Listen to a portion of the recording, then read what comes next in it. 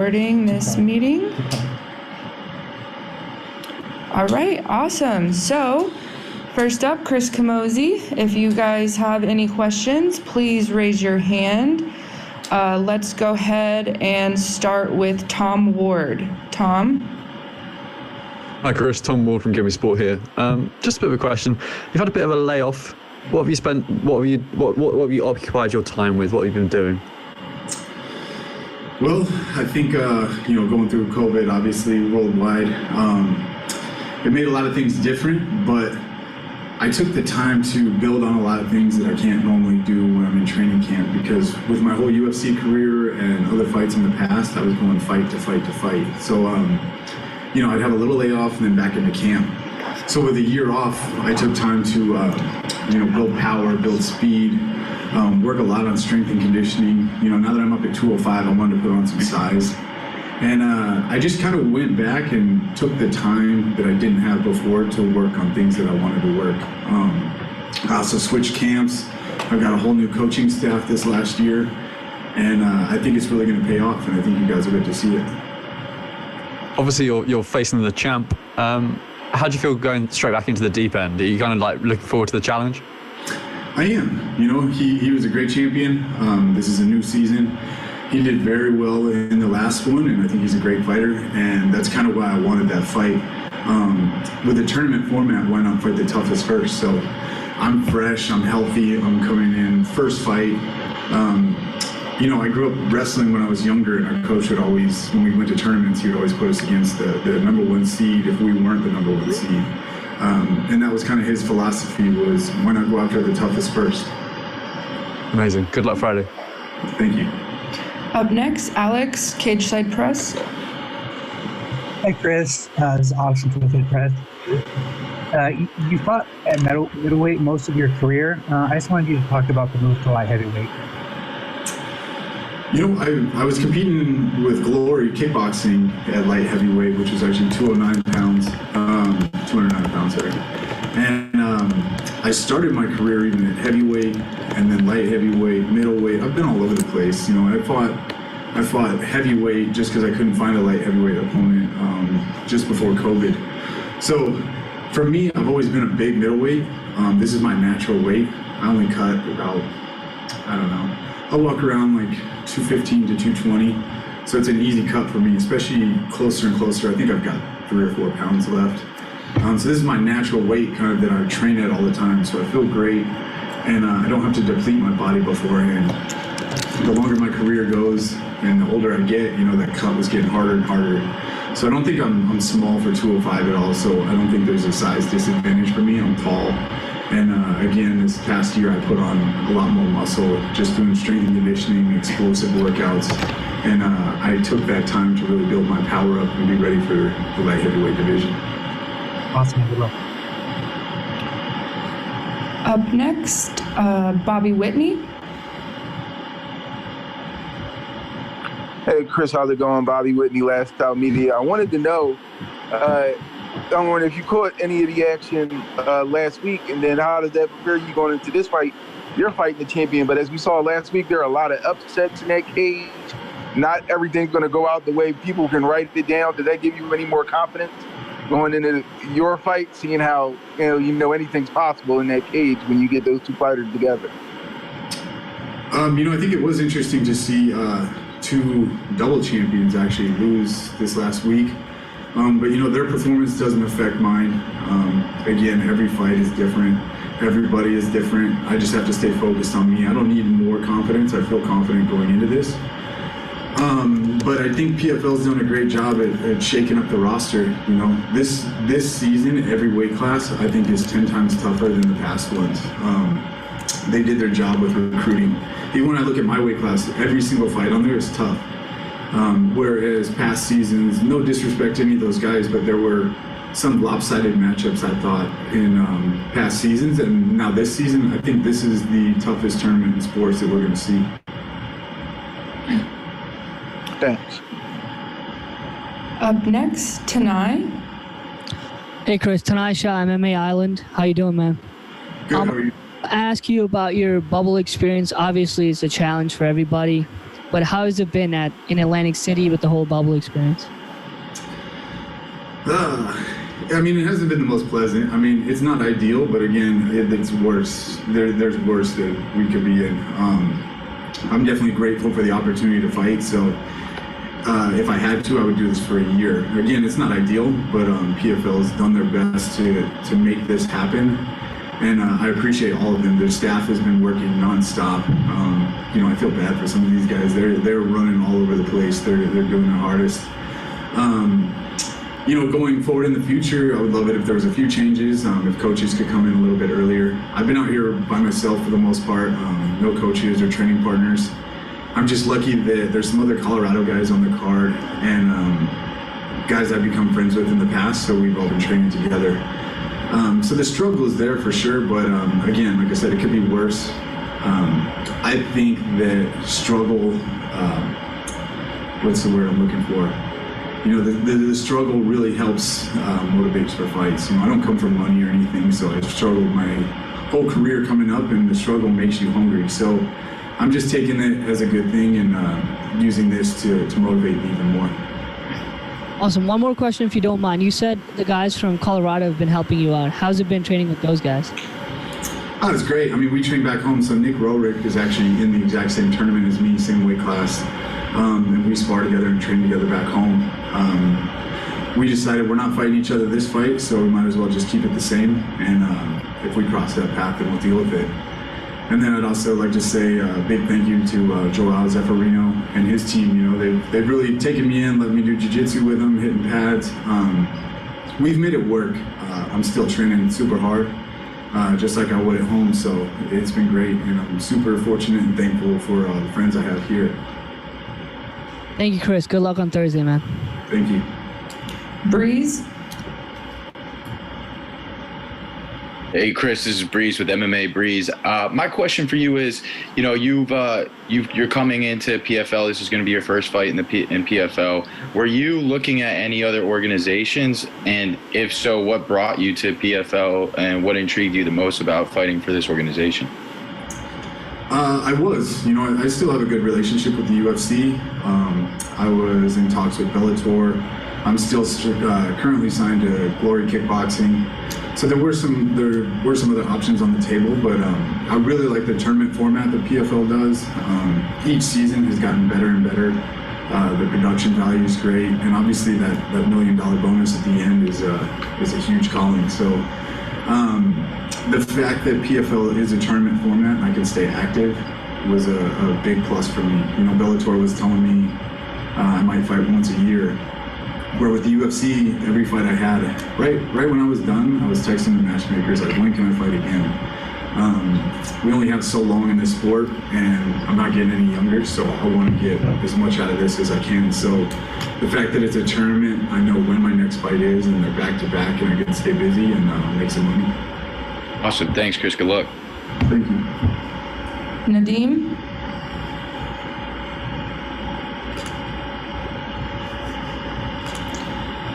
Hi Chris, it's Hamad Mir from MMA Diagnosis. I was just wondering, your opponent now, he's the PFL champion, and your experience now within Glory Kickboxing, do you feel like you have an edge in the stand-up experience, as both of you are stand-up fighters? Do you feel like you have the edge over the competition in this tournament with your recent kickboxing tournament? I guess we're going to find out real soon.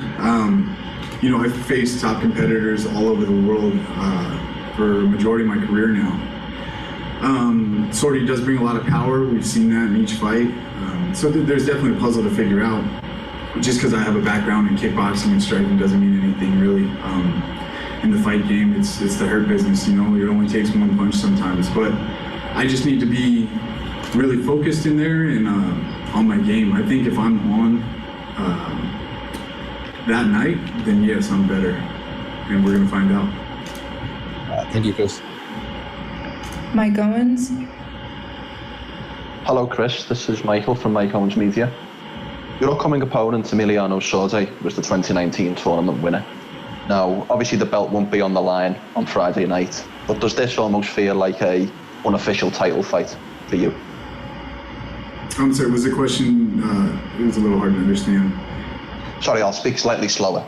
Your upcoming opponent, Emiliano Sordi, was the 2019 tournament winner. Obviously, the belt won't be on the line on Friday night, but does this feel almost like an unofficial title fight for you? It doesn't, actually. This is a tournament, so he is the defending champion, but the fact is, beating Emiliano Sordi, I just have more tough guys in mind, so I'm not going to be happy or content until this tournament's over. I can't get too high on myself if I beat him because there's a string of new guys in this tournament. So, I've done a lot of the mental work to really stay focused after this. Even with a big upset win, or if you guys want to call it an upset, with me beating Sordi, I got to stay focused and keep my head in the game because it's not over yet. This being the first round, I can beat him and see him again very soon. So I just have to stay, again, focused and not look too far ahead. It's not the title fight yet. There's a long way to go. So just keeping my mind in it and continuing forward. Superb. Best of luck for Friday. Thank you. Andrew? Hey, Chris. So my question is, when it comes to all the competitors in this division, who do you see would be the toughest matchup against you? I think that's the matchup ahead of me, honestly. Like I said, Sordi's a very tough opponent. I look at him as, because he's the defending champion, he's the toughest guy in this tournament.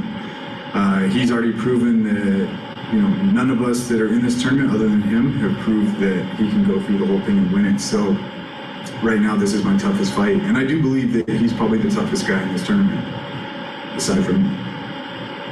Great, thank you very much. Good luck. Thank you. Mason?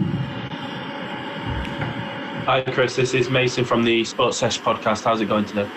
Good. How are you? I just wanted to ask, after your stint in the kickboxing fights, apart from striking, what is the single biggest advantage that has given you? Sorry, you cut out a little bit at the end of that question. After your stint in kickboxing, what is the biggest advantage that time has given you? Again, the time has given me a chance to build things I wanted to. I've been working a ton of wrestling. I've kind of been working all over the place. But the biggest thing I wanted to build with my time off was power. I've always beat guys up in the past, but I've never had that crushing power. And I think working with my new boxing coach, Jake Ramos out of Genesis, he's really fine-tuned a lot of things, and I think I'm hitting 10 times harder, and I think it's going to be a surprise to a lot of these guys. And what do you have that your opponent does not? Man, again, I guess we're going to find out. I haven't watched too much tape on him, honestly. I've focused this entire camp on myself and just being a better fighter all around, because even after Emiliano, there's another guy and another guy and another guy. They're all different styles. So I just have to make sure that I'm on my best game. But I would guess that I'm a lot better on the ground. I was supposed to do my black belt this past year in jiu-jitsu. I've been doing jiu-jitsu for 15 years, and I've been a brown belt for 8 years. And my jiu-jitsu feels great. I feel like I can roll with anybody in the world. Best of luck coming fight night. Thank you. Ronald?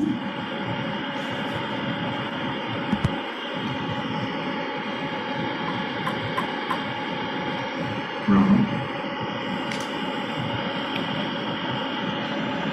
Oh, I can't hear you, Ronald. I apologize. Hello? Okay, there you are. Oh, there. Okay, let's do it again. Chris, how you doing? Good. How you doing? Hey, look. Let's get real about this. My name is Ronald E. Smith. You brought up before that you had to struggle to get where you had.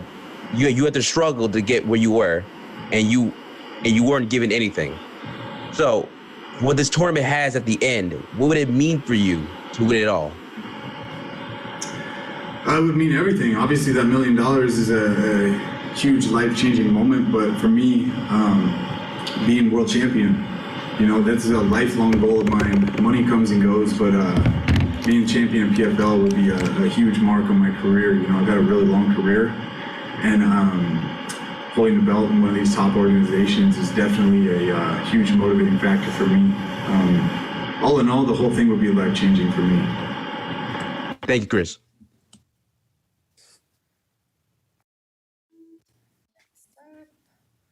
Roz? Yeah, I'm here. Can you hear me? Yes. Yes. So, Chris, Raz here from Everton MMA area. So, there's been a lot of talk about this, 1 million prize. So, I think I'm just going to keep it short and sweet. What's the first thing you buy that's extravagant if you win the PFL at the end of the season? Extravagant? I don't know. I'm not a very extravagant person. Okay. I'm smart with my money, but I'll definitely do some traveling. Traveling and fighting are two of my favorite things to do, and I think I'll need a break from fighting by that time. So I'll definitely, hopefully, with all this COVID stuff, everything's open back up, and I can travel a bit, see the world. It's always been a goal of mine to go to every country in the world, and so far I've checked off a ton of them, but there's plenty more. Okay, and just to follow up on that, any kind of best possible outcome now for Thursday? Obviously the win is the main focus, but are you going to be trying to push for the finish? Absolutely. In this tournament, winning's not enough. It's got to be finishes. You can win both fights by decision and not make the playoffs. Best case scenario for me is to go in there and finish without getting punched. It's not always likely, but it wouldn't be my first time. I've finished plenty of fights without ever taking a single shot. So, I'd love to say that's best case scenario right there. And would you have a round prediction maybe? If that's my best case scenario, it'd probably have to be round one. I'm no Floyd Mayweather in there. Let's be honest. I get hit a lot. So I don't think I'm making it more than one round without getting hit. So if I'm going for best case scenario, it'd have to be round one. Cool. Thank you. Last question for Drew. Hey, Chris, this is Drew Pierce from FightLeague.com. Some early gambling odds put you at plus 285 to win. Do you believe that you're really that big of an underdog, or is that kind of from a lot of the hype that your opponent is the former champ? I love it. I won't lie to you. I like gambling on sports. So keep me as the dog. Let my friends make some money. Thanks, Chris. Appreciate it. Thank you so much, Chris. All right. Thank you. All right. Up next, we will be bringing in Ray Cooper. Just give us 1 second.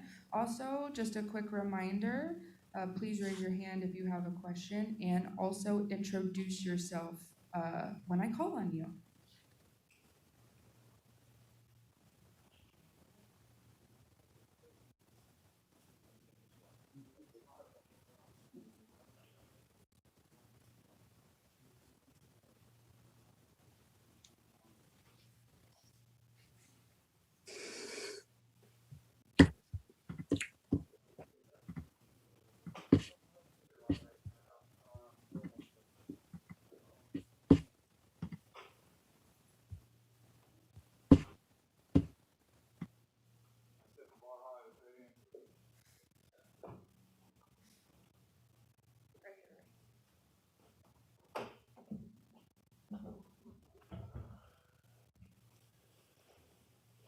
Okay, up next we have Mr. Ray Cooper. All right, let's go ahead and start with Tariq. What's going on, Ray? This is Tariq from the Havoc Hour. How you doing, man? What's up, man? Hey, so really quick, obviously, Rory MacDonald was the first major signing that PFL had for this coming season, but, with you being the champion in that season, second season, you've been to the championship round 2 years in a row. You feel like that there's some slight that they're all kind of picking him to be the favorite to win it this year? Yeah, a little bit, but I really don't care. You guys all saw what happened with Pettis, so I don't think his signing matters any much. I'm the main event. I'm the one in the division that brings the fans in it that everybody wants to watch. So I ain't really worried about him, and yeah. All right. Thanks a lot, man. Good luck on Thursday. Thank you. Harry Mack. Hey Ray, Harry Mack from the Bookie's Basement. I hope all is well. So I just wanted to ask you, you're actually the biggest gambling favorite on this week's card at minus 590 right now. So I wanted to know if you feel like Vegas being so certain that you're going to walk away with a win adds any pressure to the fight. Yeah, I really don't pay attention to the betting, and yeah, I really don't know, but I can come out there to finish my opponent, and that's how I fight every time. Thank you very much. Best of luck. Thank you. Andrew Benjamin.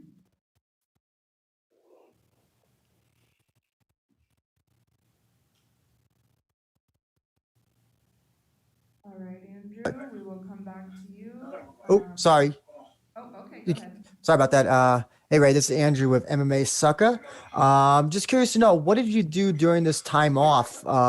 This near, basically a year off. Did you focus on any other aspects of martial arts, or did you do anything personally in your life, or discover any new hobbies? Yeah, just talk about your time off. Yeah, I just been doing nothing, just cruising. With everything shut down, I just got time to spend with my family and my 2 kids that I got.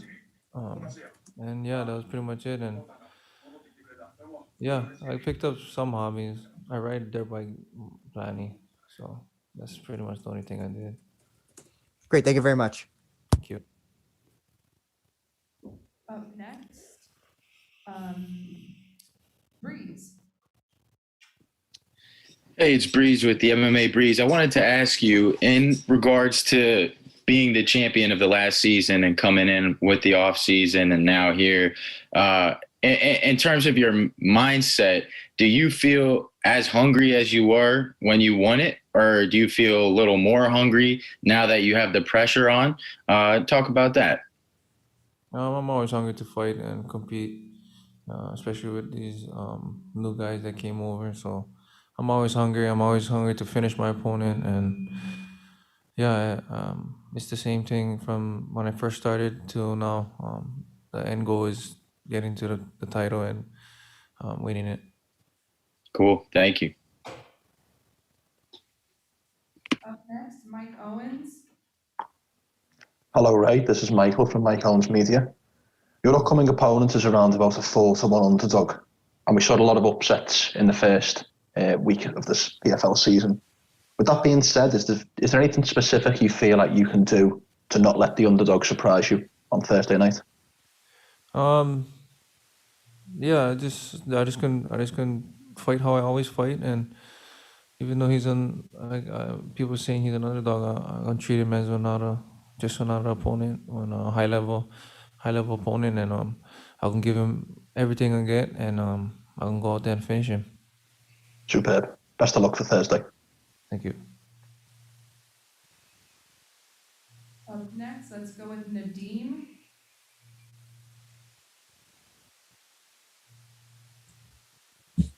Hi, Ray. It's Hamad Mir from MMA Diagnosis. I was just wondering, last year you won the in 2019 you won the PFL tournament.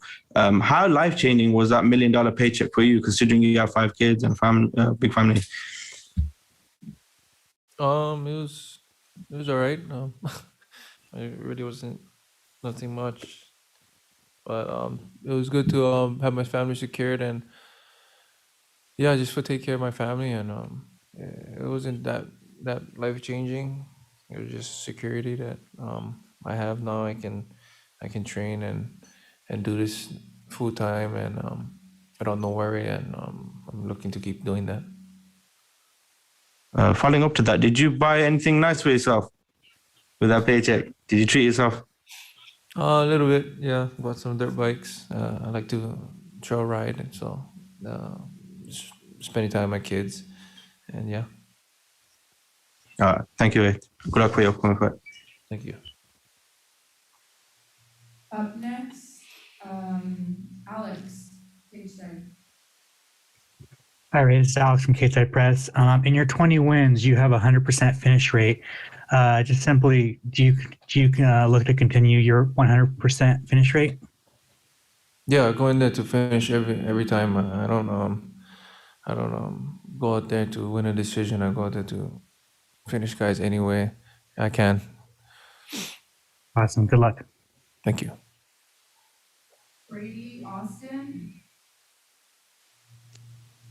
Hello, it's Brady Austin from Behind the Grind.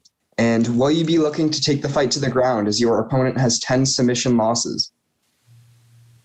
I can go wherever the fight goes. I dictate the pace of the fight and how we fight. My wrestling is on high level, and my stand-up is on high level. So I really don't care where his losses is. I can go in there to fight him wherever I choose to. Okay, thank you very much. Thank you. Roz. You're on mute, bud. Sorry, guys. This is Raz from MMA Era. Right, so as a finisher, you already have the fastest knockout in PFL history. As a competitor, you've already been there, kind of done that. Kind of moving forward this year, what's in store for us from yourself? And in terms of a challenge, what do you see as your biggest challenge this year? I don't see anything as one big challenge. I just like my rematch with Magomed, and yeah, there's I'm gonna do the same thing I always do. I'm gonna mix them up more, and I'm gonna finish guys. And I'm gonna go in there and play point fighting, and I think I'm gonna be the most exciting one because I can go in there to finish my opponent, not play patty cake. And do you feel with these new kind of, latest editions and the guys who have, the MMA following and the experience, do you feel like you have a bit of a chip on your shoulder to kind of prove that, this is your division and this is your promotion? No, not really. I just can make a statement that you guys wasting your time with these new guys. So I'm coming there and I'm gonna finish all of them. Confident words. Thank you very much. Best of luck. Thank you. Suki?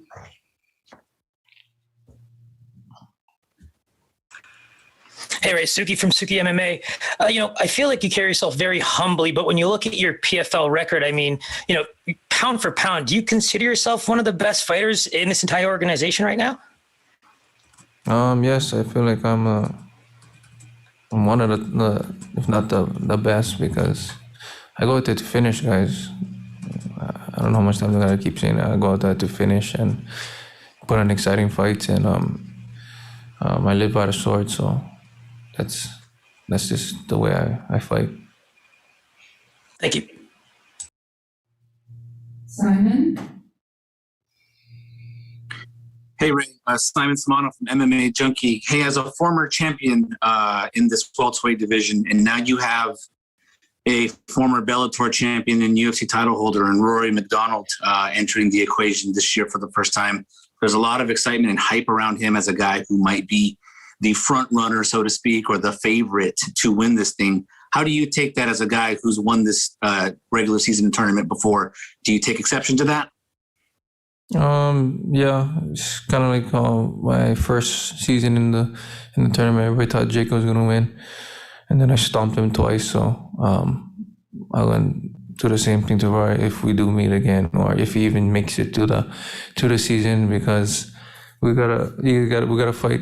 I think what is it, every 6 weeks or 5 weeks. So we'll see how his body holds up, and we're gonna see how mentally tough all these other fighters that have to fight four times within 6 months. So I did it twice. I get 10 fights already within these 2 years. So we'll see how tough these guys is. Thanks, Ray. Thank you. Mason? Hi, Ray. This is Mason from the Sports Sesh podcast. How are you doing today? How's it going, man? I just wanted to ask, what is the biggest advantage that you have over your opponent going into this fight? I don't know. I think my tenacity that I'm going to push the fight, and my conditioning. I think that gonna be my biggest weapons, and for push the fight. Thanks, Ray. Best of luck fight night. Thank you. All right, Alex?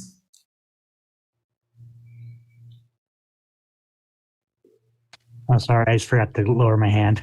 Oh, okay. All right. Anyone have any final questions for Ray? Let's go ahead with Daniel. Hey, how's it going, Ray? This is Dan from Cage My IQ. How have you handled the quarantine in Atlantic City since you got there? And then what do you expect from your opponent this Thursday? The quarantine was kind of nuts. Just being in there for like 17 days. I mean, it was kind of irking, but whatever. But yeah, what was the second part of your question? What do you expect from your opponent this Thursday? Anything specific that you're training about? No, I haven't watched him. I know he's a kickboxer, so he probably gonna try to run around the cage and try to point fight me. So if he does that, then I'm just gonna chase him down, and then if he keeps running, I'm gonna put him on his back and finish him there. Thank you very much, Ray. Thank you. Alex, did you have a final question? Yeah. Hi, Ray. This is Alex from KTI Press again. I just want to know if you happen to watch Max Holloway's performance in January and kind of what your thoughts were on it. Yeah, Max's fight was awesome. The Hawaii boys, I think we get the most best stand-up, and Max is proving it time and again that his stand-up is the best in the featherweight division, and he looked awesome, and that's what happens when you try to hype up somebody against a Hawaii boy. You're seeing that we know how to stand up, and they get some good boxing, but Hawaii boys get the best boxing and the best stand-up there is around the world. So next time you think about talking about that, you should better remember to back them up, because you can get hands to your face. Thank you. All right. Thank you so very much, Ray. Thank you. All right, guys, just give us a second. We are going to be bringing up Tom Lawlor. If you have any questions for Tom, please go ahead and start raising your hand. Also, remember to introduce yourself.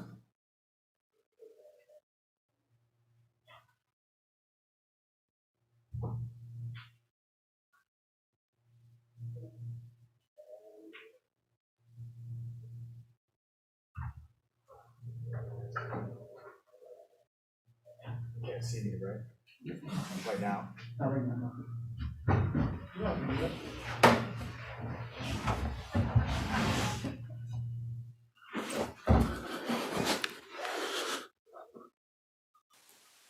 Hello, everyone. All right, let's start the first question off to Tom Ward. Tom. Hey, Tom. It's Tom Ward from Give Me Sport. You've had a bit of a long layoff. What have you spent your time doing? Mostly partying, drinking a lot. No, I had my last fight in 2018. Unfortunately, in that fight, I suffered a pretty bad handbrake on my left hand, and it kept me out of action for a while, a lot longer than I had anticipated. I signed a contract with the PFL. I want to say like 3 days before we had this major shutdown last year. So that added another year of inactivity to my career, but it's not something that I had planned on. In the meantime, I was luckily able to continue my professional wrestling career and make some waves in that avenue. But the goal was always to get back to this opportunity to get to the PFL and the 2021 season. So I've been active, maybe not in the sport that most people, associate me with, but the professional wrestling that I do is more like MMA than a lot of the professional wrestling I think people are familiar with. So I've been in the gym the entire time. I've been training consistently since 1997. So, business as usual. My final question to you is a bit of a short notice opponent change. You've come through a lot of adversity in your career. Are you ready for the challenge? If I wasn't, I wouldn't be sitting here in front of you today. I don't have time to waste in my life, and I'm certainly not here to waste the PFL's time. of course I'm ready for the challenge, and you'll see that on Thursday. Amazing. Best of luck Thursday. Thank you. Up next, Barcelona. Yeah. Hi, Tom. How are you? I'm doing great. How are you? All right, good. Thank you. Hey, so Major League Wrestling, you talked a little bit about the wrestling. What has that been like? And I know King Mo is there. We're seeing the crossover between MMA fighters and pro wrestlers. Do you think we're going to see more of that? You know, I answer this question very frequently, and I myself hold a degree in history from the University of Central Florida. So I always do my research, and if you do the same, you'll realize that ever since there's been combat sports, there's been crossover between professional wrestling and mixed martial arts. Mixed martial arts has only been around for 30 years or so in the United States, but that doesn't mean that there weren't people who consider themselves professional wrestlers who were fighting in non-predetermined bouts. If you want to go back and look at the infancy of Brazilian Jiu-Jitsu, that was because that there were professional wrestlers going to Brazil and doing what would equate to MMA fights at the time, and Brazilian Jiu-Jitsu came out of that. So we can go back thousands of years. There's always been crossover.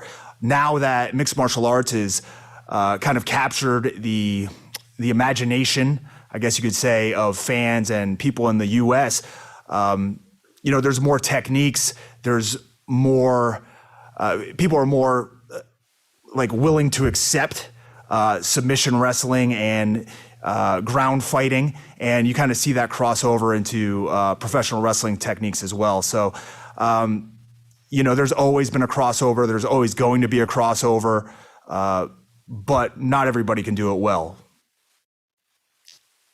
And lastly, for me, how does it work with PFL and MLW? Is it a good situation for you because both companies, you're able to plan your schedule? It's easier to plan a schedule being with both companies? Well, it's actually been easier because of the pandemic. Really, I had anticipated, trying to juggle it as much as I could. But there was going to be a time where, I was going to have to step away from the professional wrestling ring in order to get ready for a fight. Now, over the past year, obviously with the shutdown, there were no PFL events. I was able to stay in the gym the entire time. And there was also, there were professional wrestling events, but they were a lot more sparse than they were in the past. So the biggest issue with professional wrestling and mixed martial arts is the travel, and the wear and tear on your body from professional wrestling always being on the road. When I signed the contract that I have with MLW now, I made 100% sure that I had clauses in there that allowed me to fight. So if people thought that I was, moving completely into one avenue with professional wrestling, I mean, the front office at MLW, Court Bauer, MSL, they could tell you that that wasn't the case. I was adamant that I had clauses put in there that would allow me to fight, and here I am. Well, and then lastly, is Filthy Island better than Fight Island? Absolutely.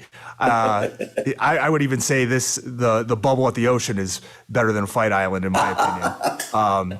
I don't know if it holds a candle to Filthy Island. We haven't gotten our spam here in the bubble yet. But yeah, definitely. It's filthy over Fight Island for sure. Thank you. All right, next question, Dylan. Hey there, Tom. How's it going? Good. Just wanted to congratulate you on becoming the first ever NJPW strong open weight champion there. Thank you. I'd be lying if I said that was not a goal of mine it's a new title, but being in that New Japan ring, the cerulean blue, as it's known, has been a goal of mine dating back 16 years, the first time I stepped into a pro wrestling ring, and really before that. So thank you. No, I think it's a perfect fit for what you bring to the table, man. But to that point, is the plan to concurrently go back and forth between wrestling and MMA, or just sole focus on the rigorous PFL season the rest of the year? My plan is pretty much the same as it's been my entire life. I like to look at what's directly in front of me. I haven't done too well with long-term goals. It always seems like when you plan something out in my life for a long term in the future, things don't go that way. Things never go to plan. So I like to look at short-term goals. I have a fight in front of me on Thursday that I'm focused on. That's my biggest worry. And then again, June 17th. So I'm full steam ahead into the PFL season. You can ask me that question after those two fights are done, and perhaps I'll have a different answer. But right now, it's all about the PFL. Fair enough, man. Thanks for the time.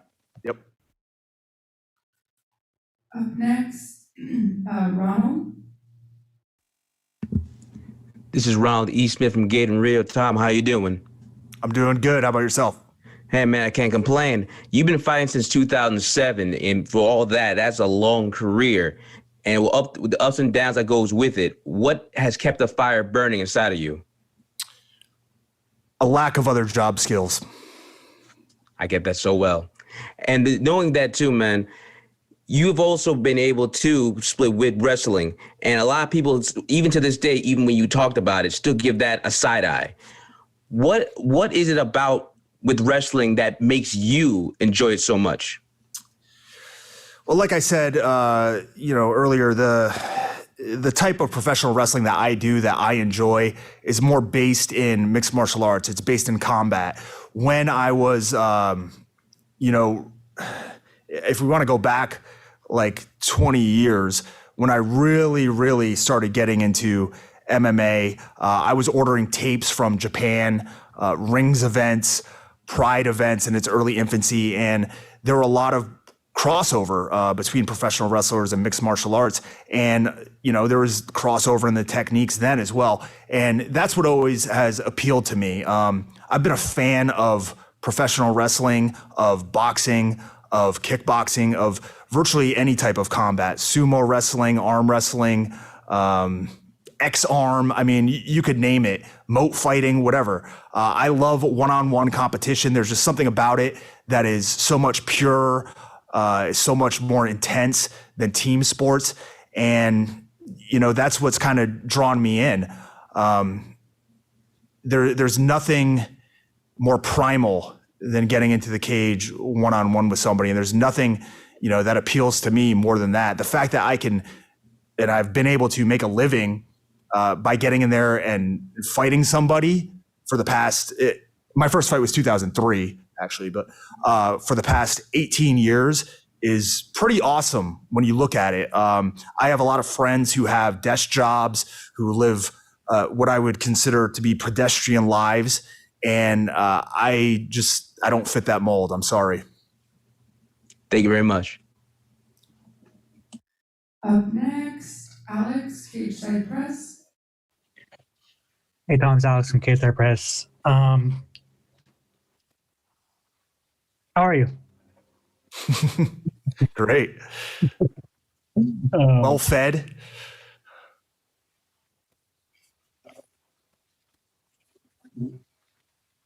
I just wanted to know, what are your thoughts on your opponent Antonio Carlos Jr.? He was a former ranked UFC fighter. He's coming in to prove something. You're coming in to prove something. Kind of talk about the matchup.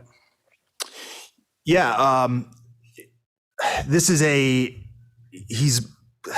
people say it's a short notice opponent change, or I had an opponent change from Jordan Johnson, who I was set to face, but Antonio Carlos Jr. isn't somebody who's coming off the shelf. He's been active the past year. He's a phenomenal jiu-jitsu competitor. He is a phenomenal ground fighter.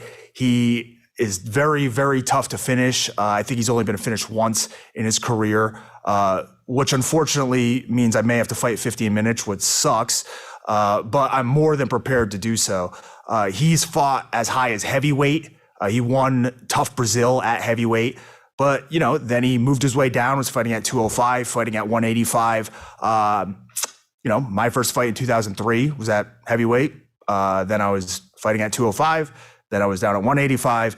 And now we both meet back here at 205. If you look at it from the outside, it's clear to see what the game plan should be. on my end. He's, like I said, was a world champion in Brazilian Jiu-Jitsu. So, I don't think I'm, giving away any secrets here. I hope he hears this. I hope he sees this. I hope he reads this. I don't plan on going to the ground with him. I plan on getting 6 points before it even hits there. Awesome, and good luck. Breeze. Hey, this is Breeze from the MMA Breeze. I wanted to ask, how coming back into fighting and performing in MMA, were you approached by any other organizations or entertaining going anywhere other than the PFL? And if so, what brought you to the PFL specifically? Yeah, I've had opportunities. I've had things thrown my way over the past few years. I was offered a Lethway fight. There was a little bit of talk with, some bare knuckle organizations, and, I love fighting. I love combat. I don't know what to say. I absolutely love it. It's the only thing that I think about, on like a daily basis that, makes me happy to do as a living. There's $1 million on the line. I don't know what other chance I'm going to have at this point in my life to make that money, especially not doing something that I want to do. I could go get a job. I could go work at the plant in Amazon for our overlords. I could, sit behind a desk all day. I could go dig ditches or something, but none of that appeals to me. What appeals to me first and foremost is getting in that cage and fighting somebody. Now, the fact that I can make, a good chunk of change off of that, well, that's great.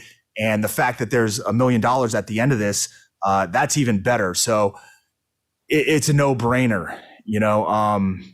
My wife has stuff that she wants to buy. She wants to get like a fire pit for the backyard, stuff like that. My kids want, a new Pokemon game.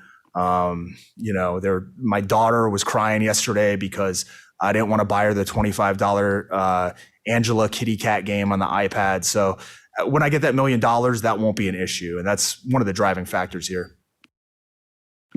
Awesome. Good luck, man. Thanks. Thanks so much, Tom. Appreciate you coming on. All right. Thank you. All right. Up next, we are bringing in Jordan Young, light heavyweight. If you have questions for Jordan, go ahead and raise your hand. We'll go ahead and start off with Terry Mack. Hey, Jordan. So before this Thursday's fight, you were 6-1 in Bellator. So I just kind of wanted to know what was the driving factor behind the move to PFL? I was 7-1 in Bellator, and I apologize. You're good, sir. It's just numbers. I like the PFL. I like their format. I like what they stand for. Everything is earned and not given. There's less politics in this organization, and it's more about what you do in the actual fight, and I enjoy that. Got it. Thank you very much. Best of luck Thursday. Up next, let's go with Ross.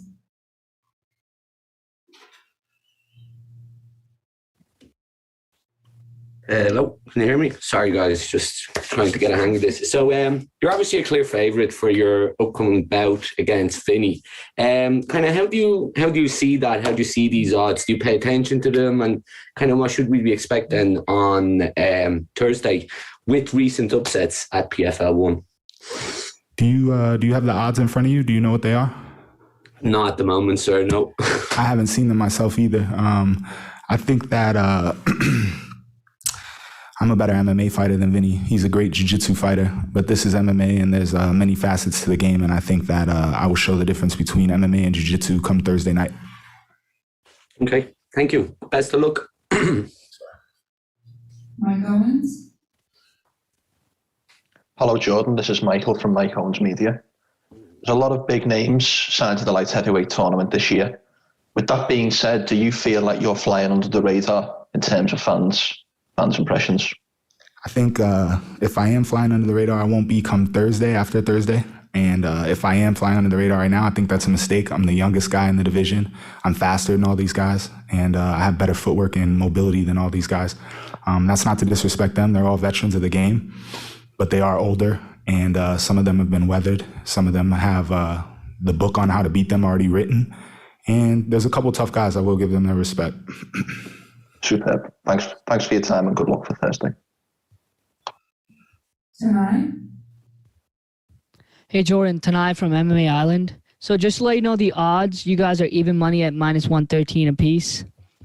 Obviously you have 9 submission wins and Vinny has 16. Who do you think has a better jiu-jitsu game?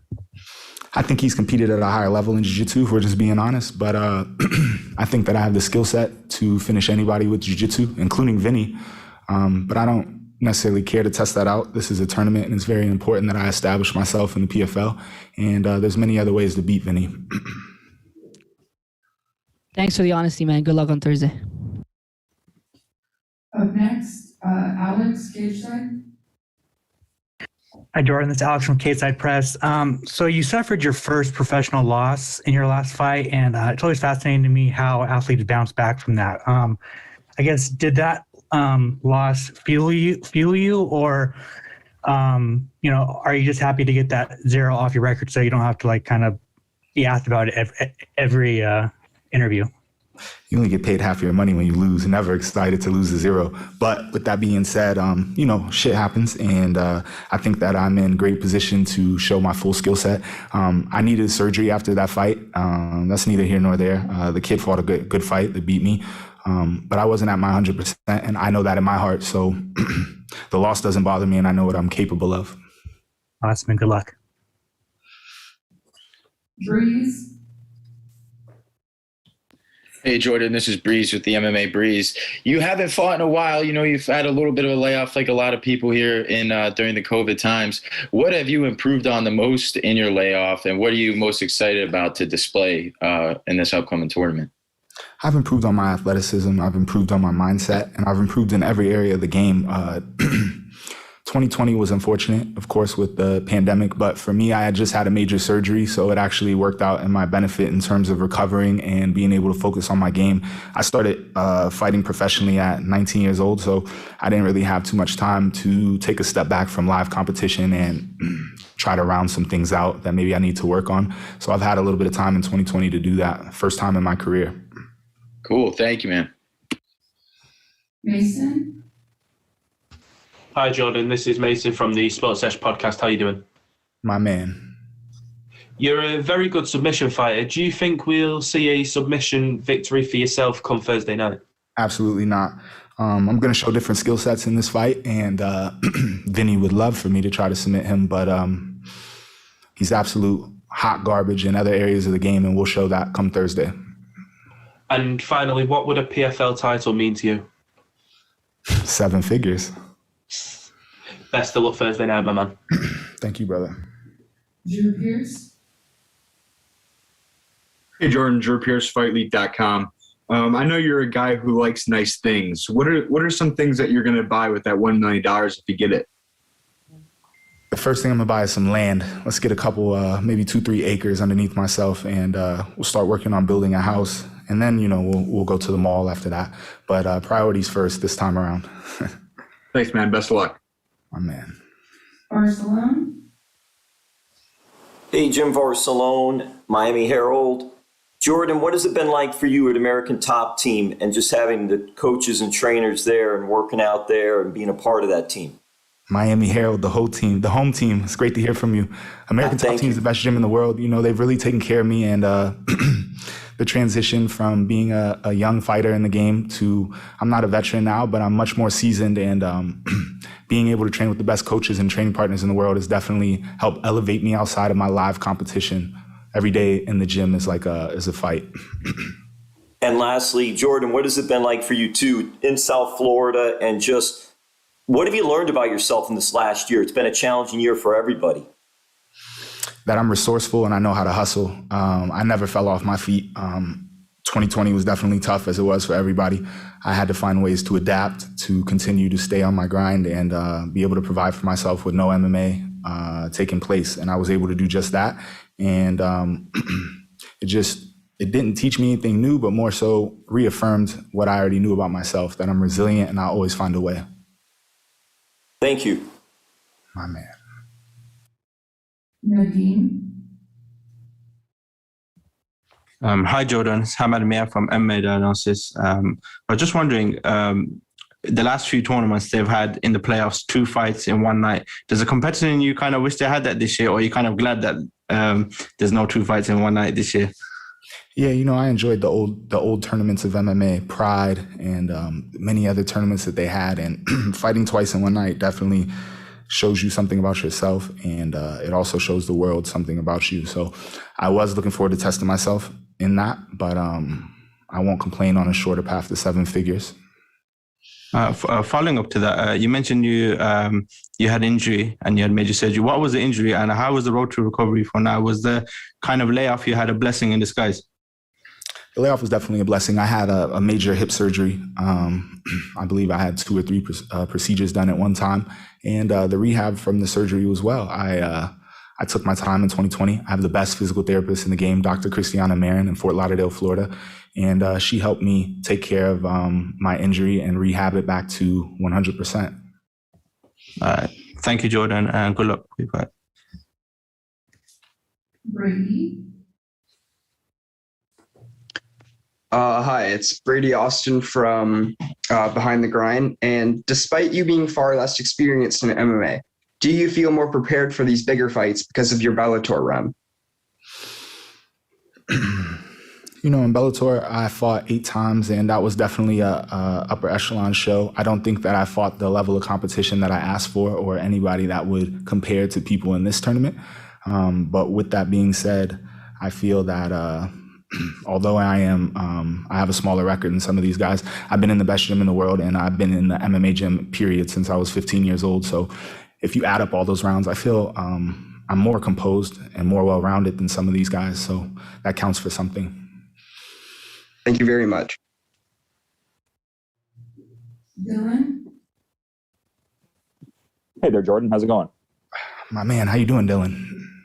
I'm doing well. I'm just kind of curious here because with some prior promotions you've been with, a little more nebulous in terms of matchmaking, just on a fight-to-fight basis, but with a more active and defined PFL schedule being in place. I'm kind of curious what your thoughts are on that dynamic. I think, if you look back in my 8 fights in Bellator, I lost 1 fight out of those 8, and the other 7, I came out of each of those 7 fights completely healthy on the other side and ready to go again. There was many times where I tried to get back-to-back action like what I'm going to experience this year, and it just didn't time out for me in Bellator. Luckily for me, that's the format here in the PFL. Yeah, and I'm curious, like what you've been training to in the gym. One of the prior interviews we've had, you were talking about jamming to like Kevin Gates and Lil Uzi Vert. Is that what you've been mostly jamming in preparation for this one? Yeah, Kevin's been dropping great music. I also have been listening to a little bit of Dave East, a little bit of East Coast vibes. I like to listen to whatever music of the area I'm going to be fighting in. Since we're fighting here in New Jersey, I've been listening to some East Coast artists to get that feel. Oh, that's a cool touch, man. Appreciate the time. My man. Andrew Benjamin. Hey, Jordan. Andrew with MMAsucker.com. Curious to know, how do you feel that you'll be competing with no crowd since the majority of your career has been in front of a crowd? I'm just curious to know, how do you feel about that type of environment? I'm excited. I think it brings it a step closer to being just like another day. Something that, me and my coaching staff say before the fights is that this is just another 15 minutes out of my day. It's just another day. And no crowd is kind of like the gym, and you'll be able to hear your coaches. You'll be able to hear the strikes. And I like to talk during my fights. I think that with so many people in the crowd and all the yelling and whatnot, it kind of gets drowned out. And maybe the cameras will be able to pick up on that. Sorry, just clarify. When you say talk, do you mean like talking to your opponent, or try to get into your side of the cage and talking to your coaches? Could you just clarify what you mean by that? I talk straight to my opponent. I let him know exactly what I think during the fight. During this fight, I have a little bet with my coach. Let's see how fast we can make Vinny shoot in the first round for a takedown. And, I'm guessing he does it in under 120 seconds. Great. Thank you very much. Good luck. Hey, Jordan, Tanai from MMA Island again. Could you tell us how your experience has been at the PFL bubble, Atlantic City? How's it treating you? Extremely well. It's a business trip. I'm very focused on myself and what I need to do to be locked in come Thursday night. I think they've been doing the best they can, and I've been noticing the tweaks they make as time has been going on. This is something that's not only new for the fighters, but new for them as a promotion. And over time, things have been improving, and I'm excited to come back out here for my second fight. I think that they will have the logistics down even better, and the bubble will be even more improved. Appreciate it. Have a good one, Jordan. Yes, sir. Suki? How's it going, Jordan? Suki over here. I just wanted to, I had a bunch of questions about American Top Team in your camp, but, these guys are coming off of one of the biggest camps they've had with Jorge Masvidal. Do you have any personal connection, professional connection to that? How'd you feel about that fight there? I did not like to see that for George. I've helped George out in a couple of his camps. I helped him for the Donald Cerrone camp, and I was his main sparring partner for the Darren Till fight. We had successful outcomes on both of those fights, and George has been somebody that I've been able to look up to for advice, not only in the fight game, but outside of fighting in general life. So he's somebody I hold a big respect for, and I was wanting to see him grab that title, but this won't be the end for him. He's a real fighter, and I know he'll be right back.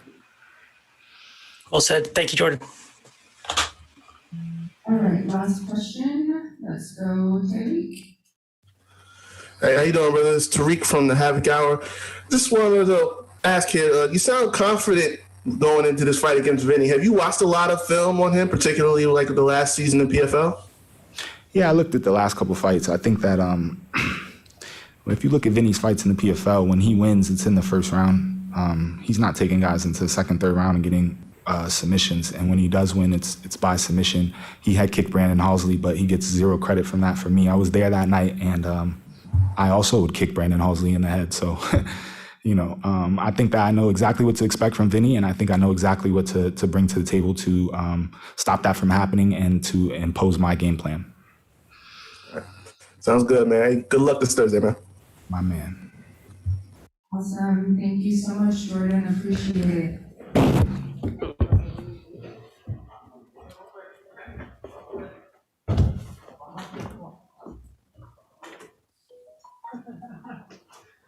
All right, up next, we're bringing in Mr. Sordi.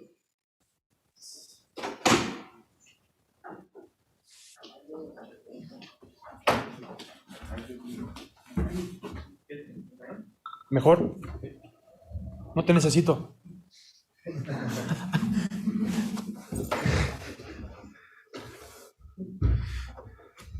Okay, raise your hand if you have a question. Okay. Let's go with Harry Mack. Hey, Emiliano, Harry Mack from the Bookie's Basement. I hope all is well. So I just wanted to ask you, you're on a 5-fight winning streak, all 5 finishes. Do you think that we see you add to that finish streak on Thursday? Tuviste 5 peleas el año pasado, las terminaste las 5. ¿Crees que vas a terminar este viernes también? Siempre finalizo todas mis peleas. Las 23 peleas ganadas que tengo, todas fueron igual. Y creo que voy a tratar de hacer lo mismo este torneo.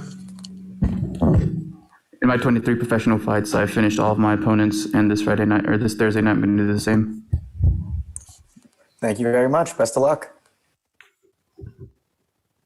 Up next, Jamie. Saludos, Jaime Barrios de MMA Fan 507. Saludos de Panamá, Emiliano. Emiliano, la semana pasada, los dos campeones recibieron la sorpresa de salir derrotados. ¿Cómo ves tu pelea el día jueves en contra del experimentado Chris Camozzi? Sí, vi que los dos perdieron, pero bueno, para mí eso no tiene nada que ver. Peleas son peleas. No creo en supersticiones ni nada por el estilo. Les tocó perder, fue lo que les tocó. Yo entrené duro para ganar, pero bueno, peleas son peleas. Voy a dar todo de mí. Gracias. So the question was, this last Friday night, we saw both champions be defeated. How do you take that into account going into your fight this Thursday?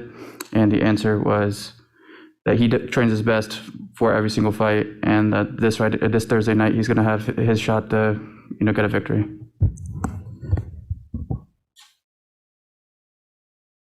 Up next, Mason. Hi there, this is Mason from the Sports Sesh podcast. I just wanted to know, how does it feel to be fighting again after such a long layoff? ¿Cómo se siente estar peleando finalmente después de un año sin pelear? Oh, I passed a long time outside of my work. After my last season, I'm back to Argentina. I'm keeping locked in my house for 7 months. It's really hard for me, but I'm so happy. I'm back to my work. And finally, what do you have that your opponent does not? ¿Qué es lo que tú tienes que tu oponente no tiene? I don't know. So my opponent is good. He's maybe 45 fights. He's good fighter. He's I don't know. He's a striker like me. Maybe I have more power, no? So more knockouts, more aggressive. But again, fight is fight. Thank you for your time and best of luck come fight night. Buena suerte. Thank you. Nadine. Hi, Emiliano. It's Hamad Mia from MMA Diagnosis. You're the 2019 PFL champion. I read that you, with the money that you won, you helped people in your hometown in Argentina. Could you elaborate a bit more into that? Yo escucho con el dinero que ganaste en 2019 ayudaste a la gente de tu pueblo. Quiero saber un poco más de cómo les ayudaste. En español más fácil. Hubo un pequeño malentendido con las entrevistas. Ellos dijeron que yo puse $1 millón y yo no puse $1 millón. Solamente puse una parte. Pero bueno, la situación económica de Argentina es muy mala. Así que con lo que pude, yo, mis amigos y algunos compañeros de entrenamiento, ayudamos a una parte de nuestra ciudad. So he says that there was a slight misunderstanding with the media, that there was a misunderstanding with him using all of the $1 million purse to, help the people of his community in Argentina, but he did put a good portion of the amount that he was able to contribute to his small city in Argentina. Thank you, Emiliano. Up next, Tariq. Hey, how you doing? This is Tariq from the Havoc Hour. Just wanted to know, we saw in season 2 that you were absolutely dominant en route to winning the championship. And now in season 3, do you feel like there's even really a challenge for you in the field this season? ¿Sientes que tú tienes como oponentes difíciles este año? I don't know. Same, maybe more wrestlers this year, no? But I don't know. It's again, no. It's fight, no. Maybe the more more experience is Chris Camozzi, no? My free fight. It's same, no. Fight is fight. Sounds good, man. Hey, good luck this Thursday. Thank you. Up next, Tanai. Hey, Emiliano, Tanai from MMA Island. I don't know if you watch soccer, football or not, but the Copa America starts June 13th. Do you think that the great Leo Messi is going to bring this one home to Argentina? Ya va a empezar la Copa América. ¿Tú crees que Messi va a traer una victoria para Argentina? Yeah, I think but I don't like soccer, man. It's only Argentinians who don't like soccer. It's me. All right, sounds good. Good luck on Thursday. Thank you. Up next, Ronald Smith. This is Ronald E. Smith from Getting Real Champ. All I got to ask you is, you just brought up how you were locked up just like everybody else. So how were you able to keep yourself motivated during the lockdown? En el año que estabas en casa en cuarentena, ¿cómo estabas motivado para entrenar? I have my mental coach. I working with him every single day, but for me it's so difficult. I don't like the pressure, man. I stay in 7 months or 8 months in my house locked. I can't training. I can't doing nothing, man. It's hard. Thank you very much, man. Thank you. Mike Owens. Hello, Emiliano. This is Michael from Mike Owens Media. Hi. As you mentioned earlier, you have 100% finish rate in your career. With that being said, do you feel like your style is suited to this PFL formula, where you are awarded points based upon quick finishes? tú has terminado todas tus peleas. Entonces tú sientes que tu estilo de pelear está mejor para PFL porque tú agarras más puntos cuando agarras una victoria rápida. Sí, es perfecto para mí. Creo que por mi estilo de pelea es el evento perfecto por la sumatoria de puntos. Igual no es que yo busco sumar puntos, sino que mi estilo de pelea es ese. No, simplemente es natural para mí. He says yes, the point system gives him the extra points, but he doesn't necessarily go out for the points, but he just finds the knockout every single time he goes out there. Thank you. Good luck for Thursday. Kimmy? Hello, my name is Kimmy. I am currently a student at Full Sail University. I was just wondering, what has life been like for you in the bubble? Es un estudiante de universidad y quiere saber cómo es la vida aquí en la burbuja de PFL. I don't like it. I don't like it. It's 17 days locked here. It's only, I stay maybe 20 hours in my room. Only 2 or 3 hours for training, 1 hour for eat. I don't like it. Thank you so much. All right, Roz? This is Raz from Everton MMA era.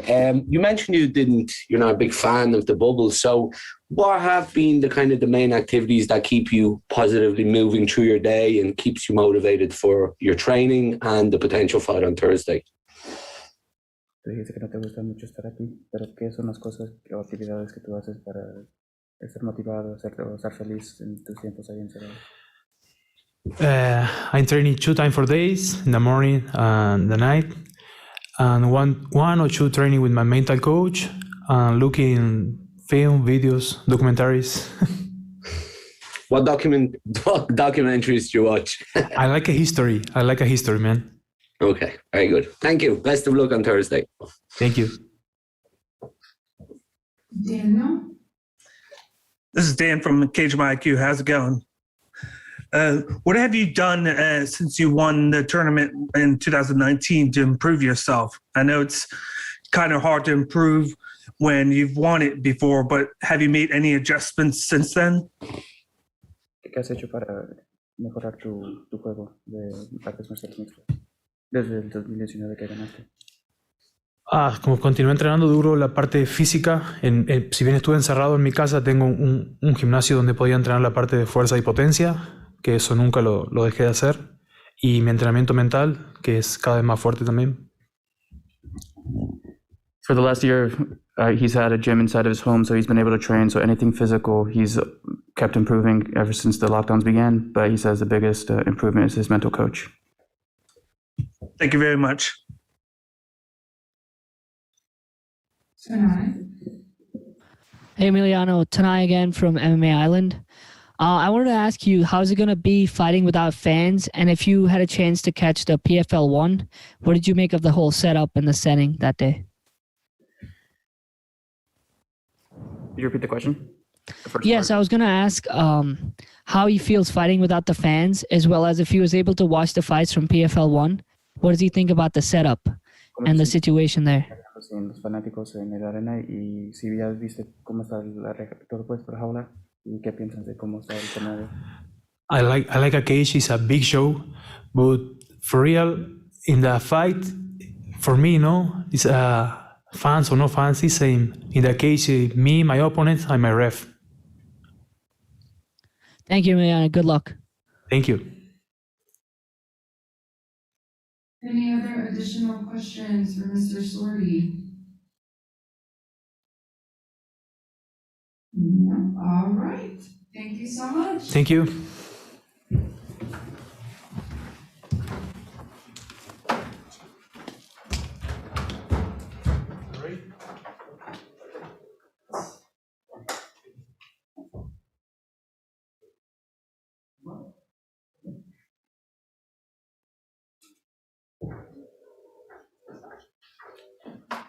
All right. Up next, we have Vinny. Please raise your questions if you have, please raise your hand if you have any questions for Vinny. Let's go ahead and start with Mason. Hi, Vinny. This is Mason from the Esports Sesh podcast. I just wanted to know, you've fought for a very long time now and you've had plenty of wins throughout your career. What would a PFL title mean to yourself? I mean, that's like my third shot, right? So it does mean a lot. It means a lot. It's pretty much what I said, like in my second season competing for PFL. At this point, it's not even about the money. It's really about the title. It's been the same way since like the second season. Of course, like, $1 million, it's a decent amount of money. It's not an amount of money that's gonna like last for your whole life. Of course, if you make the right investment, it could last for your whole life, But it's really not about the money at this point. That's my third shot. I feel like I'm getting close, to stop fighting. It's not like I'm planning on it, but I just feel like I'm not going to be one of those guys fighting some 40, 42. And then, so the window's closing. So I feel like that's one of my last opportunities, and I want to get the best of it. And how has life in the PFL bubble been for yourself? That's a good question. It's again, for me, it's not the first time being trapped in the place. I was an only fighter for 6 weeks with a bunch of dudes, guys that I had to fight. Pretty much sharing a bedroom with the guys that I had to fight. And it was a little bit easier back then because I didn't have family. I was a single guy, no family in the States, period. No wife, no kids. And years later now I have my kids, I have my wife. So it's tough to be away from the family. But overall, we were able to manage all the training here. I got good training during this period. So I can't complain. It's been good, I've been able to keep my diet on track. I was able to do my 2-3 sessions a day while in the bubble. So it wasn't that bad. It wasn't that bad at all. Thank you for your time, and can't wait to see you fight come Thursday night. Can you repeat that one? I just wanted to say thank you for your time, and I can't wait to watch you come Thursday night. Oh, thank you. I appreciate it. Thank you. All right. Up next, let's go with Drew Pierce. Hey, Vinny, Drew Pierce, FightLeague.com. Do you think having, the experience you have in PFL gives you any sort of edge over the competition, especially those who are just now making their promotional debut? I feel like just the experience overall, sometimes gives us a certain advantage. I don't get nerves anymore, on fight week. I don't get nerves anymore, preparing for a fight.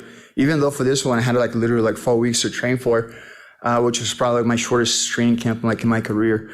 But I don't feel like as far as the promotion itself, it doesn't give me any advantage, especially because this year the format has changed. On the previous seasons, pretty much if you scored a first round win with 6 points, you're guaranteeing yourself in the playoffs. That's just how it went.